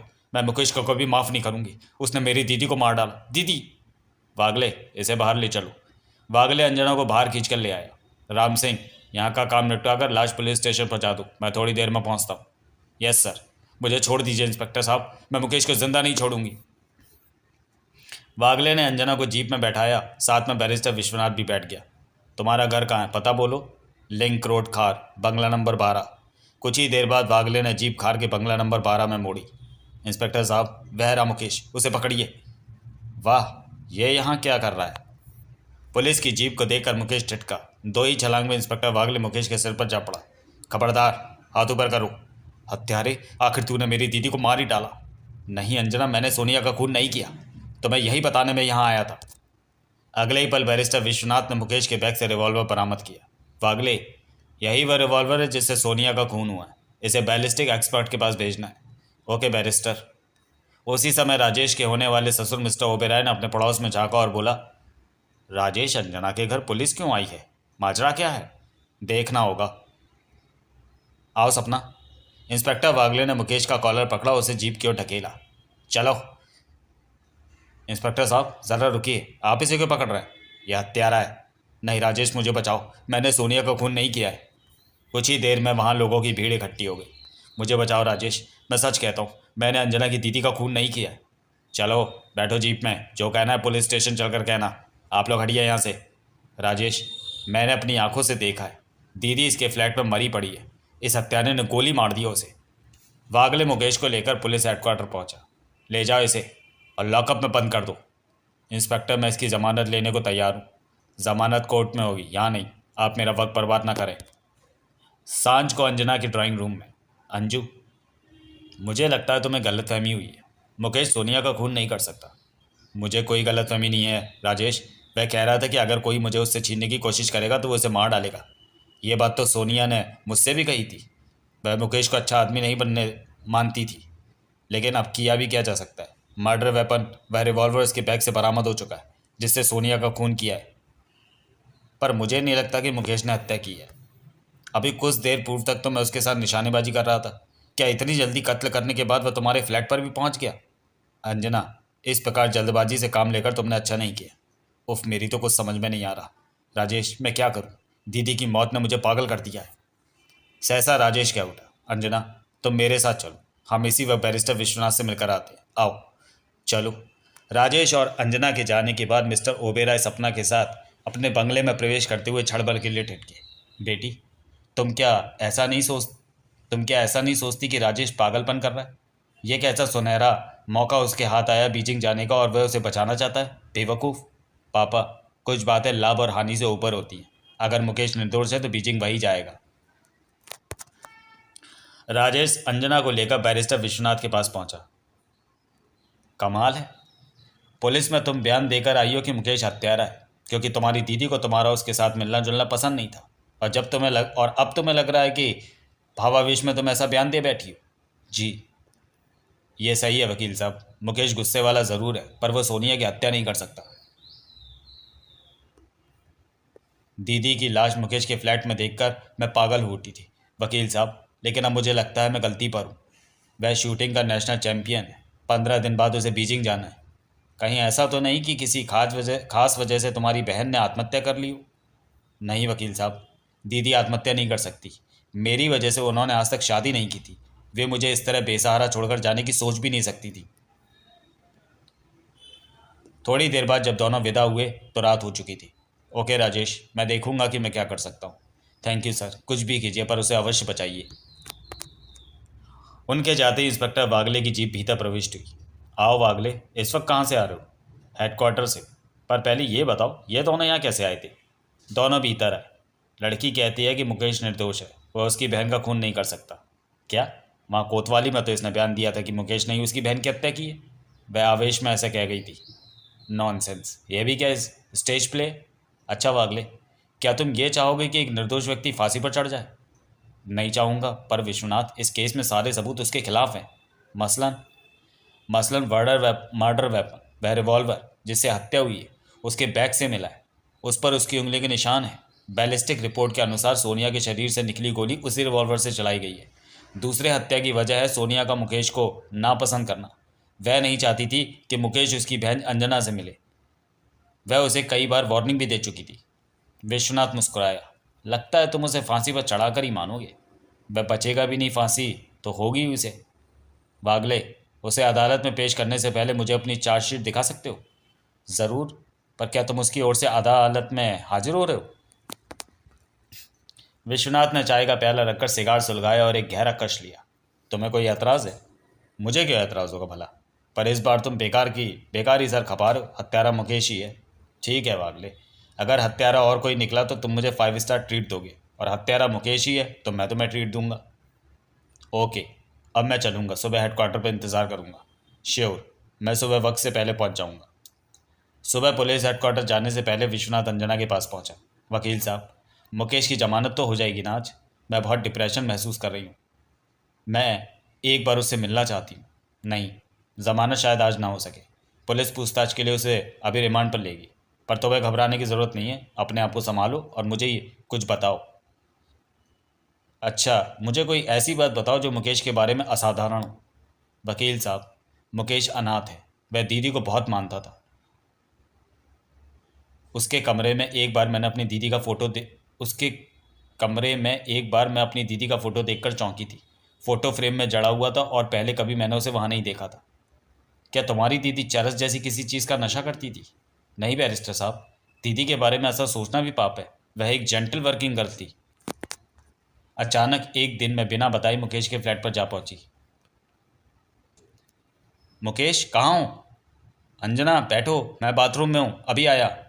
तभी सहसा मेरी नज़र कार्निस पर रखी दीदी की तस्वीर पर जा पड़ी। दीदी की तस्वीर मुकेश के कमरे में? मुकेश बाथरूम से बाहर आया। अरे, ये तस्वीर तुमने वहाँ से क्यों उठा ली? इसे वहीं रख दो। लेकिन मुकेश, दीदी की ये तस्वीर तुम्हारे पास कैसे? तुम इसे वहीं रखो, पहले बताता हूँ।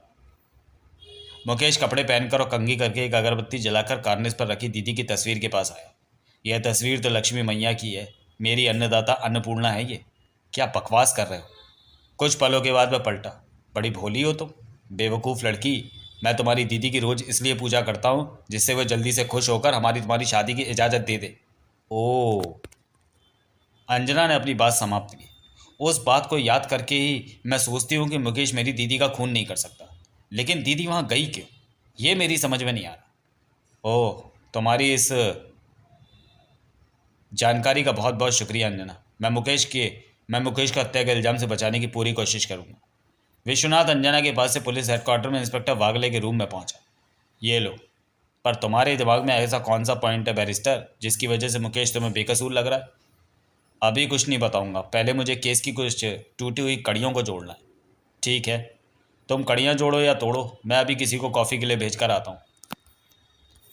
पूरी फाइल चेक करके लगभग 1 घंटे बाद विश्वनाथ ने मेज पर फैले फोटोग्राफ्स में से एक फ़ोटो उठाया। हत्यारा काफ़ी चालाक है। उसने गोली ऐसी जगह मारी है जहाँ अक्सर लोग आत्महत्या करते समय मारते हैं। पहले मैंने भी यही समझा था, पर उसकी आत्महत्या का कोई कारण मेरी समझ में नहीं आया, जबकि जबकि उसकी हत्या की संभावना अधिक दिखाई देती है। एग्जैक्टली, सारे सबूत उसके खिलाफ हैं। अच्छा, जब तुमने उसे गिरफ्तार किया था तब रिवॉल्वर के अतिरिक्त उसके पास से या लाश के पास ऐसा कुछ और भी मिला था? ऐसी कोई चीज़ जो तुम्हें महत्वपूर्ण ना लगी हो? सारा सामान अभी फिंगरप्रिंट स्पेशलिस्ट के पास है। आने पर मैं तुम्हें दिखाऊंगा। ओके, अब मैं चलता हूँ। न्यायालय में सोनिया मर्डर केस जब खुला तो अदालत का कमरा खचाखच भरा था।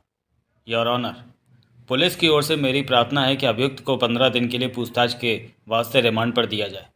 योर ऑनर, अभियुक्त निशानेबाजी का राष्ट्रीय चैंपियन है। 15 दिन बाद उसे बीजिंग जाना है। मेरा कहना है कि रिमांड का वक्त बहुत ज़्यादा है। ठीक है, पूछताछ के लिए 6 दिन का समय दिया जाता है। अदालत उठने के बाद विश्वनाथ जेल में मुकेश से मिला। मुकेश, तुम्हारी पैरवी के लिए मुझे अंजना ने नियुक्त किया। इसी से तुम समझ सकते हो कि वह तुम्हें हत्यारा नहीं समझती। वकील साहब, मैंने वाकई सोनिया का खून नहीं किया। तुम्हें मालूम है तुम्हारे शोकेस से एक खिलौना रिवॉल्वर बरामद हुआ है। ऐसा लगता है किसी ने असली रिवॉल्वर उठा के उसकी जगह नकली रख दिया है। तुम्हारा क्या ख्याल है, ऐसा कौन कर सकता है? वकील साहब, मुझे कुछ समझ नहीं आ रहा। क्या तुम बता सकते हो मुकेश कि सोनिया तुम्हारे फ्लैट पर क्यों पहुंची थी? अब भला मैं ये कैसे बता सकता हूँ? हो सकता है वो रिवॉल्वर ही बदलने आई हो, लेकिन तब उसका खून किसने किया? विश्वनाथ की आंखों में चमक आ गई। अच्छा, ये बताओ कि सोनिया क्या अक्सर तुम्हारे फ्लैट पर आया करती थी? नहीं, वह मेरे फ्लैट पर कभी नहीं आई, लेकिन एक दिन वह दोपहर के बाद अचानक ही अटपकी तो मुझे गहरा आश्चर्य हुआ था। दरवाजे पर किसी ने दस्तक दी थी। मैं खाना खाते खाते उठा और दरवाज़ा खोला। सोनिया तुम? क्यों, मेरे यहाँ आने पर क्या पाबंदी है? नहीं, आओ। खाना क्यों छोड़ दिया? खाना खा लो, मैं इंतज़ार कर सकती हूँ। नहीं, मैं खा चुका हूँ, तुम बैठो। मैं तौलिए से हाथ पहुँचता हुआ सोनिया के सामने जा खड़ा हुआ। हाँ, अब बोलो, क्या चाहती हो मुझसे? यही कि तुम अंजना का पीछा छोड़ दो। वह नादान दुनियादारी नहीं समझती। पर तुम तो खूब अच्छी तरह समझती हो दुनियादारी। तुम तो नादान नहीं हो। तुम ही वह सब कुछ क्यों नहीं छोड़ देती जो कर रही हो, करती रही हो। मैं यहाँ तुम्हारा भाषण सुनने नहीं आई मुकेश। अंजना की राह छोड़ दो, और अगर ना छोड़ूं तो? तभी दरवाजे के पास से किसी ने मुझ पर छलांग लगा दी। तो मैं तुझे जिंदा नहीं छोड़ूंगा हरामजादे। राजेश। अप्रत्याशित हमले से मैं घबरा गया, पर तुरंत ही संभल गया। राजेश, ये क्या बदतमीजी है? यहाँ तुम किससे पूछ कर आए हो? अपनी मर्जी से आया हूँ, और तुझे समझाने हो कि अंजना का पीछा छोड़ दे। तभी मैंने चीते की सी फुर्ती से उछलकर अपने पैरों की चोट राजेश के सीने पर दे मारी। हरामजादे, तू कौन होता है मुझे समझाने वाला? बोल, निकाल दूँ तेरा कचूमर? क्यों आया था यहाँ? अरे रे यार, मार ही डालेगा क्या? मैं तो मजाक कर रहा था। देख रहा था कि बीजिंग जाने वाला हमारा हीरो फिट है या नहीं। क्या बकता है? सोनिया मुस्कुराती हुई पास है। यह ठीक कह रहा है मुकेश। तुम तो इसके मजाक को सच्ची समझ बैठे। छोड़ दो इसे। हम लोग तो इधर से गुजर रहे थे कि सोचा तुम्हें ज़रा सरप्राइज़ दे दें। मुकेश ने गहरी सांस छोड़ी और विश्वनाथ की ओर देखा। मुझे उनकी ये हरकत पता नहीं क्यों अच्छी नहीं लगी। मुझे सोनिया का व्यवहार तो बहुत ही बुरा लगा। फिर दोनों वहाँ से चले गए। तुमने उनके जाने के बाद चेक किया कि तुम्हारी कोई चीज़ गायब तो नहीं हो गई, जैसे रिवॉल्वर? नहीं, मैंने चेक नहीं किया। उनके जाने के बाद मैं भी फ्लैट बंद करके चला गया था। विश्वनाथ उठ खड़ा हुआ। ये हत्या वाले दिन से कितने दिन पहले की बात है? 2 दिन पहले की। सोनिया ऐसा क्या करती रही थी जिसे तुमने उसे छोड़ने के लिए कहा था? वह कॉल गर्ल थी, पर यह बात अंजना नहीं जानती थी। उसी दिन शाम को विश्वनाथ अंजना के बंगले पर पहुंचा। आइए बैरिस्टर साहब। अंजना, मुझे मुकेश के फ्लैट की वह चाबी चाहिए जो तुम्हारे पास रहती है। चाबी तो यहीं थी, कहीं चली गई। पता नहीं कहाँ चली गई, यहीं तो रखी रहती थी। जाने दो अंजना, मैं पैड का एक कोरा कागज़ ले रहा हूँ, कुछ नोट करना है। तुम्हें एतराज़ तो नहीं है? अंजना पलटकर पास आई। ले लीजिए, मुझे क्यों एतराज़ होने लगा? Thank you. वैसे अंजना, मुकेश की आय का साधन क्या था? वह काफ़ी आराम की ज़िंदगी जी रहा था। शूटिंग की प्रतियोगिताओं से उसे पैसा मिलता था। विश्वनाथ इधर उधर देखता हुआ पलटा। शूटिंग प्रतियोगिताओं से इतना पैसा तो नहीं मिल सकता कि वह कार भी मेंटेन करे। ज़रूर उसकी आय का कोई और साधन भी रहा होगा, मुझे नहीं मालूम। दूसरे दिन सुबह विश्वनाथ इंस्पेक्टर वागले के ऑफिस में बैठा उस सामान को देख रहा था जो मुकेश के बैग और सोनिया के पर्स में से निकला था। वागले, ये चाबी ये मुकेश के फ्लैट की है। यह हमें सोनिया के पर्स में मिली थी। इस पर सोनिया की उंगलियों के निशान शनाख्त हो चुके हैं। Very good. विश्वनाथ ने चाबी रखकर फ्रेम में जड़ी सोनिया की तस्वीर को उठाया। और ये तस्वीर, ये भी सोनिया के पर्स से मिली थी? एग्जैक्टली उसी के पर्स में थी। विश्वनाथ फ्रेम को लिए उठकर खड़ा हो गया। वागले, अंजना कह रही थी कि उसकी दीदी की यही अकेली तस्वीर उसके पास है। अगर तुम्हें इसकी ज़रूरत ना हो तो उसे दे दें। ले जाओ, ये हमारे किसी मतलब की नहीं है। Thank you. आज तुम सोनिया की लाशों से सौंप रहे हो? हाँ, रिपोर्ट्स आ चुकी हैं। ताज्जुब, एक खिलौना रिवॉल्वर सोनिया की उंगली के निशान मिले। दोपहर बाद घर पहुंचने पर विश्वनाथ ने अपने कमरे में पहुंचकर वह फ्रेम खोला ही था कि ओ, ये तस्वीर और ये पत्र, तो ये है मुकेश की लक्ष्मी मैया, अन्नपूर्णा, अन्नदाता। सभी चीज़ों का मुआयना करने के बाद विश्वनाथ ने पैड के कोरे कागज़ को आतिशी शीशे से देखा, जिस पर दबाव की ऐसी लिखावट नज़र आ रही थी जैसे ऊपर वाले कागज़ पर कुछ लिखा गया हो। विश्वनाथ ने तस्वीरों के साथ निकाला पत्र खोलकर पढ़ा। प्रिय मुकेश, मैं ज़िंदगी से निराश हो गया हूँ। यह जुल्म में यह जला चेहरा मेरी ज़िंदगी के लिए नासूर बन गया है। तुम जानते हो मेरी ये हालत सोनिया की वजह से हुई है। मैंने जो फोटोग्राफ्स तुम्हें दिए हैं उनकी उनको उनकी कीमत भी मुझे नहीं मिल रही। इस बार पूरे 10,000 के रुपए इस बार पूरे 10,000 रुपये चाहिए।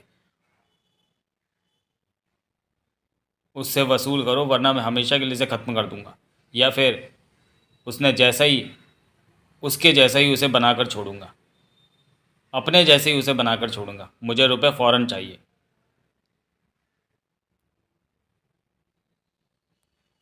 वागले, विश्वनाथ प्रातः पुलिस स्टेशन पर वागले से मिला। वागले, फ़ोन नंबर 744080 का पता लगाओ। वहाँ अजीत नाम का जले चेहरे वाला एक व्यक्ति मिलेगा। उसे फ़ौरन गिरफ्तार करो। पता लगाओ कि उसका सोनिया से क्या संबंध था। मुकेश को वो कैसे जानता है। ओके, पता लगाकर मैं शाम को तुमसे मिलता हूँ। रिमांड का समय पूरा होते ही मुकेश को अदालत में पेश कर दिया गया। पुलिस ने उसे ही सोनिया का हत्यारा माना था। योर ऑनर, मेरे काबिल दोस्त सरकारी वकील ने जो चार्जशीट मेरे मुवक्किल मुकेश कपूर के खिलाफ पेश की है, मैं उससे कतई इत्तेफाक नहीं करता। मेरी नज़र में सोनिया मल्होत्रा का कातिल कोई और है, जिसे पकड़ने में पुलिस नाकामयाब रही है। मैं इस हत्या पर रोशनी डालने के हुजूर से इजाज़त चाहता हूँ। इजाज़त है। Thank you your honour. Your honour, मृतक सोनिया मल्होत्रा को अपनी छोटी बहन अंजना मल्होत्रा और मुकेश कपूर की दोस्ती पसंद नहीं थी। हत्या वाले दिन सोनिया मुकेश के फ्लैट पर यही कहने पहुंची थी कि वह उसकी बहन का पीछे छोड़ दे। मुकेश के फ्लैट की एक चाबी अंजना के पास रहती थी। वह उसी चाबी को लेकर वहां पहुंची थी।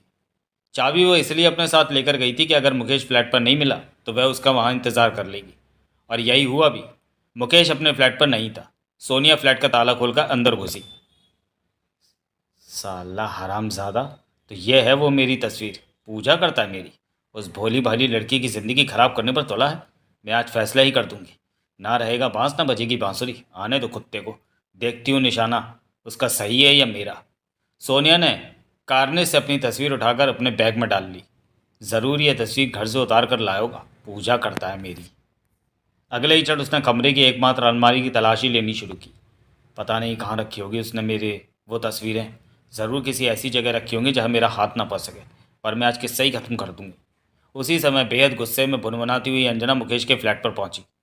दीदी, ये सब क्या है? ये लेटर तुमने लिखा है? यहाँ क्यों आई तुम क्या फ़ैसला करना चाहती हो मुकेश से? तुम्हारे फैसला करने से मैं क्या मुकेश का साथ छोड़ दूंगी? चिल्ला मत, तू पागल हो गई है। तू मुकेश को नहीं जानती, वो अच्छा आदमी नहीं है। ये सब सुन सुनकर मेरे कान पक गए। तुम कैसे जानती हो मुकेश को? मैं कैसे जानती हूँ? तुझे इससे क्या? तू जा यहाँ से। मैं आज फैसला करके ही रहूँगी, समझी?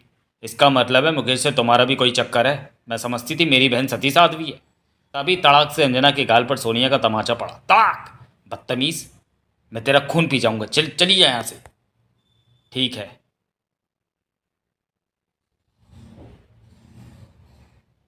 तुम रहो यहाँ। मैं हमेशा के लिए मुकेश के साथ कहीं चली जाऊंगी। अंजना। अंजना नहीं रुकी। उसके जाते ये बेबस चेहरे वाला आदमी फ्लैट में घुसा। अजीत, तुम? क्यों, मैं यहाँ नहीं आ सकता? मुकेश कहाँ है? मुझे नहीं मालूम, मैं खुद उससे मिलने आई हूँ। पैसे लाई हो? शायद इंतज़ाम नहीं हुआ। यह कहने आई हो क्या? ये जला हुआ चेहरा दिखाई दे रहा है तुम्हें? सारी ज़िंदगी का नासूर बन गया मेरे चेहरे पर। तुरंत सोनिया ने बैग में से रिवॉल्वर निकाल ली।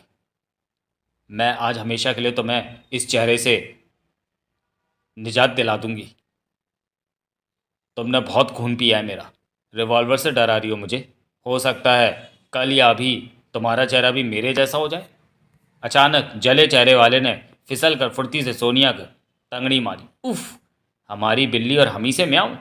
जले चेहरे वाले ने गुस्से में भरकर नीचे गिरी पड़ी सोनिया की कनपटी पर रिवॉल्वर रखी और घोड़ा दबा दिया। पिट, हरामजादी, मैं अब कब तक तुझसे तुझे बर्दाश्त करूं, मर तू। जले चेहरे वाले ने जल्दी जल्दी सोनिया का पर्स टटोला। चलो कुछ तो लेकर आई। जल्दी से उसने फ्लैट का दरवाज़ा बाहर से बंद किया और सीढ़ियाँ उतर गया। मुकेश भी एकदम से निकम्मा आदमी है, आखिर मुझे ही हाथ साफ करना पड़ा। विश्वनाथ ने अपनी तकरीर खत्म की। और इस तरह योर ऑनर, सोनिया की हत्या मुकेश ने नहीं बल्कि उस जले चेहरे वाले आदमी ने की जिसका नाम अजीत है और जो मुकेश का दोस्त है। मुकेश का कसूर इतना है कि उसने अपने दोस्त के बहकावे में आकर सोनिया को ब्लैकमेल करना मंजूर किया था। योर ऑनर, मेरे काबिल दोस्त ने जो एक खूबसूरत कहानी गढ़कर सुनाई है उसका कोई सिर पैर नहीं है। अजीत नाम का कोई ऐसा आदमी अभी तक अदालत के सामने पेश नहीं किया गया है जिसका जिक्र इस कहानी में हत्यारे के रूप में किया गया है। इस विषय में आप कुछ कहना चाहते हैं mister Vishwanath? Yes your honour, मेरी निशानदेही पर उस आदमी को गिरफ्तार किया जा चुका है और पुलिस उससे पूछताछ कर रही है। ये बात अब इंस्पेक्टर वागले से दरियाफ्त कर सकते हैं। अदालत का हुक्म होते ही उसे आपके सामने पेश कर दिया जाएगा। योर ऑनर, हमने उसे आज ही गिरफ्तार किया है। उससे पूछताछ के लिए हमें कुछ समय चाहिए। कल आप उसे अदालत में पेश करें, अधिक समय नहीं दिया जा सकता। ठीक है sir. Thank you your honour. दूसरे दिन अदालत में। योर ऑनर, इससे पहले कि पुलिस मुजरिम अजीत को लेकर यहाँ आए, मैं इस केस के कुछ अहम मुद्दों पर रोशनी डालना चाहता हूँ। ठीक है, आप पूरी बात बताइए। ये भी कि वह ब्लैकमेल वाली क्या बात है और पुलिस को कत्ल की खबर किसने दी वगैरह। विश्वनाथ ने बताया। योर ऑनर, कत्ल के बाद गुमनाम फ़ोन करके अजीत ने ही पुलिस को कत्ल की सूचना दी थी। ब्लैकमेल के पीछे की कहानी बड़ी तलख है। मुझे ये कहते हुए शर्म महसूस हो रही है कि सोनिया मल्होत्रा एक कॉल गर्ल थी। इस रास्ते पर उसे डालने वाला यही व्यक्ति अजीत था जिसने सोनिया की मजबूरियों का पूरा पूरा लाभ उठाया था। लेकिन एक दिन अजीत सोनिया के फ्लैट पर पहुंचा। सोनिया, तुम्हें मेरे साथ चलना होगा। नहीं अजीत, अब तुम यहाँ मत आया करो। अगर अंजना को पता चल गया तो वह बच्ची नहीं रही है। अरे वाह, ये तो खुशखबरी है। इससे मिलो, ये मेरा दोस्त है।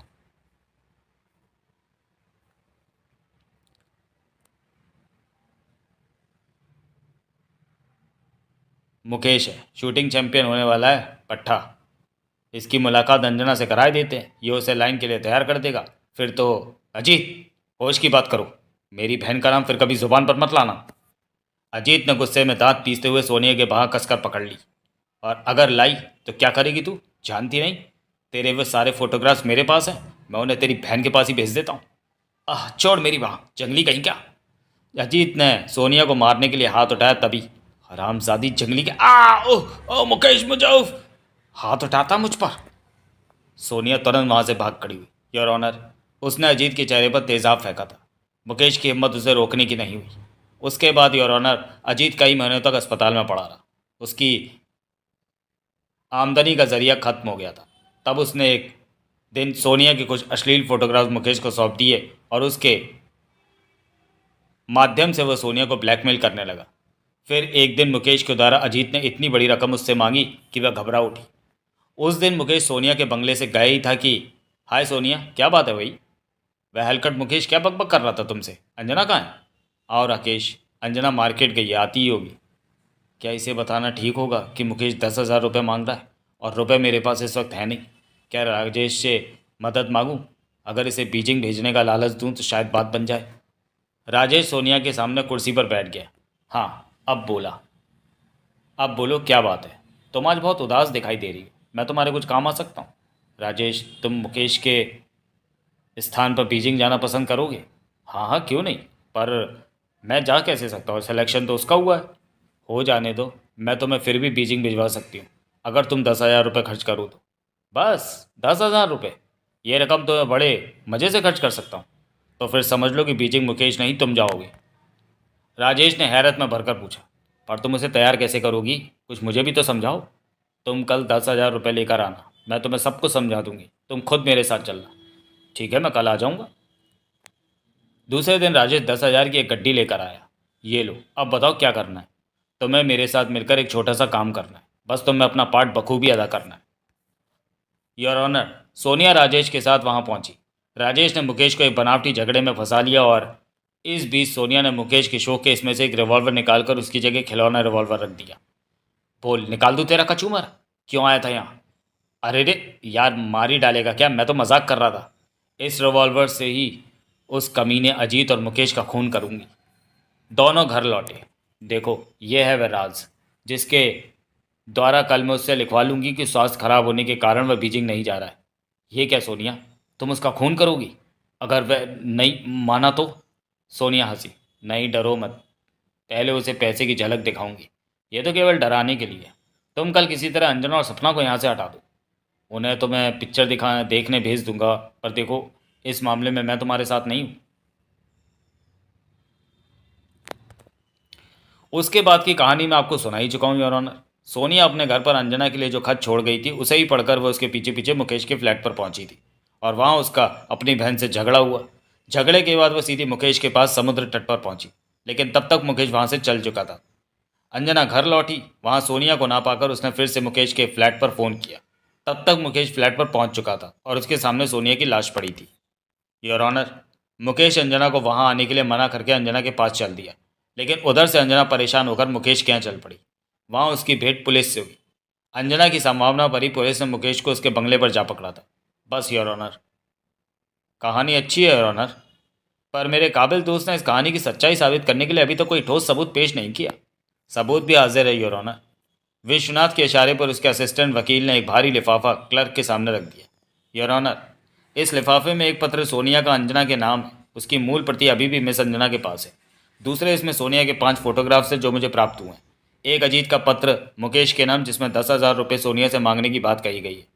तीसरे, मर्डर वेपन की तरह ही इसमें एक खिलौना रिवॉल्वर है जिस पर सोनिया की उंगली के निशान शनाख्त हो चुके हैं।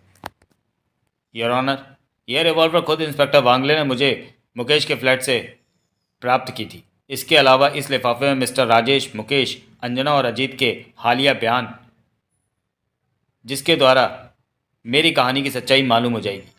योर ऑनर, इस सारी कहानी की सच्चाई की तह तक पहुंचने में इंस्पेक्टर वागले का प्रमुख हाथ है। अजीत को खोजकर इन्होंने ही निकाला है। That's all your honour. उसी समय इंस्पेक्टर वागले अजीत के हाथों में हथकड़ियां डाले अदालत में घुसा। सर, यह अजीत सिंह वल सुरजीत सिंह हाजिर अदालत है और अपने जुर्म का इकबाल करता है। जज ने अजीत सिंह की ओर देखा। अजीत सिंह, तुम बिना किसी दबाव के सोनिया मल्होत्रा के खून का जुर्म कबूल करते हो? जी हाँ, उस कुतिया का खून मैंने ही किया है। उसके कारण ही मेरी जिंदगी तबाह और बर्बाद हो गई थी। अदालत में हंगामा समझ गया। Order order. मुकदमे का फैसला 2 दिन बाद सोमवार को सुनाया जाएगा। Thank you your honour. अदालत के बाहर आते ही, आपकी जिरह वाकई ज़ोरदार थी। आपने तो कमाल कर दिया वकील साहब। कमाल तो अंजना ने किया जो पहले मुझे पूरी बातें नहीं बताई, और कोरे पैट की लिखावट ना पड़ी जाती तो मैं सही मुजरिम मान रहा था। सपना पहली बार चौंकी। अंजना को वो कैसे? मुझे लगा कि कहीं अंजना नहीं तो अपनी बहन का मर्डर इसलिए ना कर दिया हो क्योंकि सोनिया मुकेश को पसंद नहीं करती थी। ओह। सभी अपनी अपनी गाड़ियों की ओर चल दिए।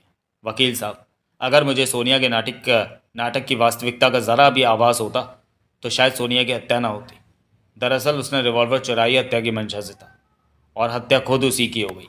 हाँ, पर राजेश, ये मेरी टिप है, तुम्हें कि बीजिंग तुम ही जाओगे। राजेश चलते चलते रुक गया।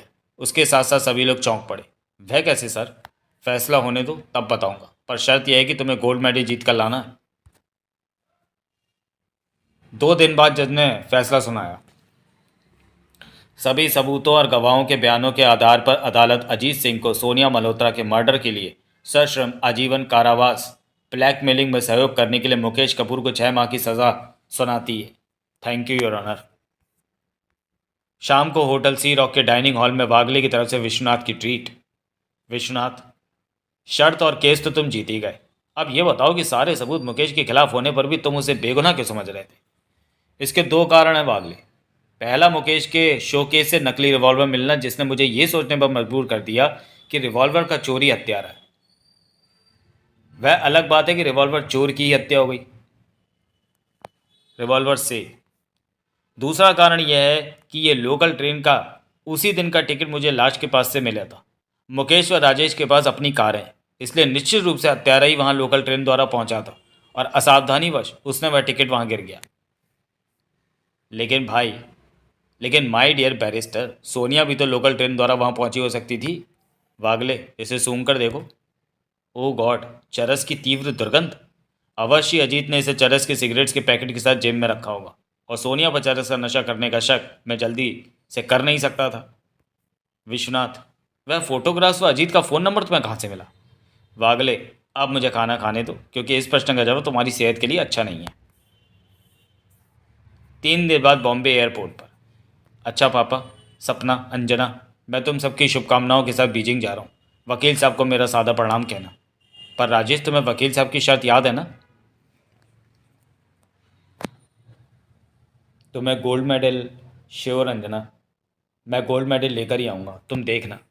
समाप्त। तो चलिए दोस्तों, वीडियो को यहीं समाप्त करते हैं।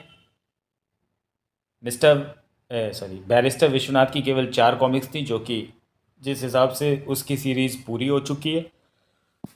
तो मिलते हैं फिर राज कॉमिक्स की किसी और कैरेक्टर की कॉमिक्स में। तब तक के लिए धन्यवाद। You scared the shit out of me.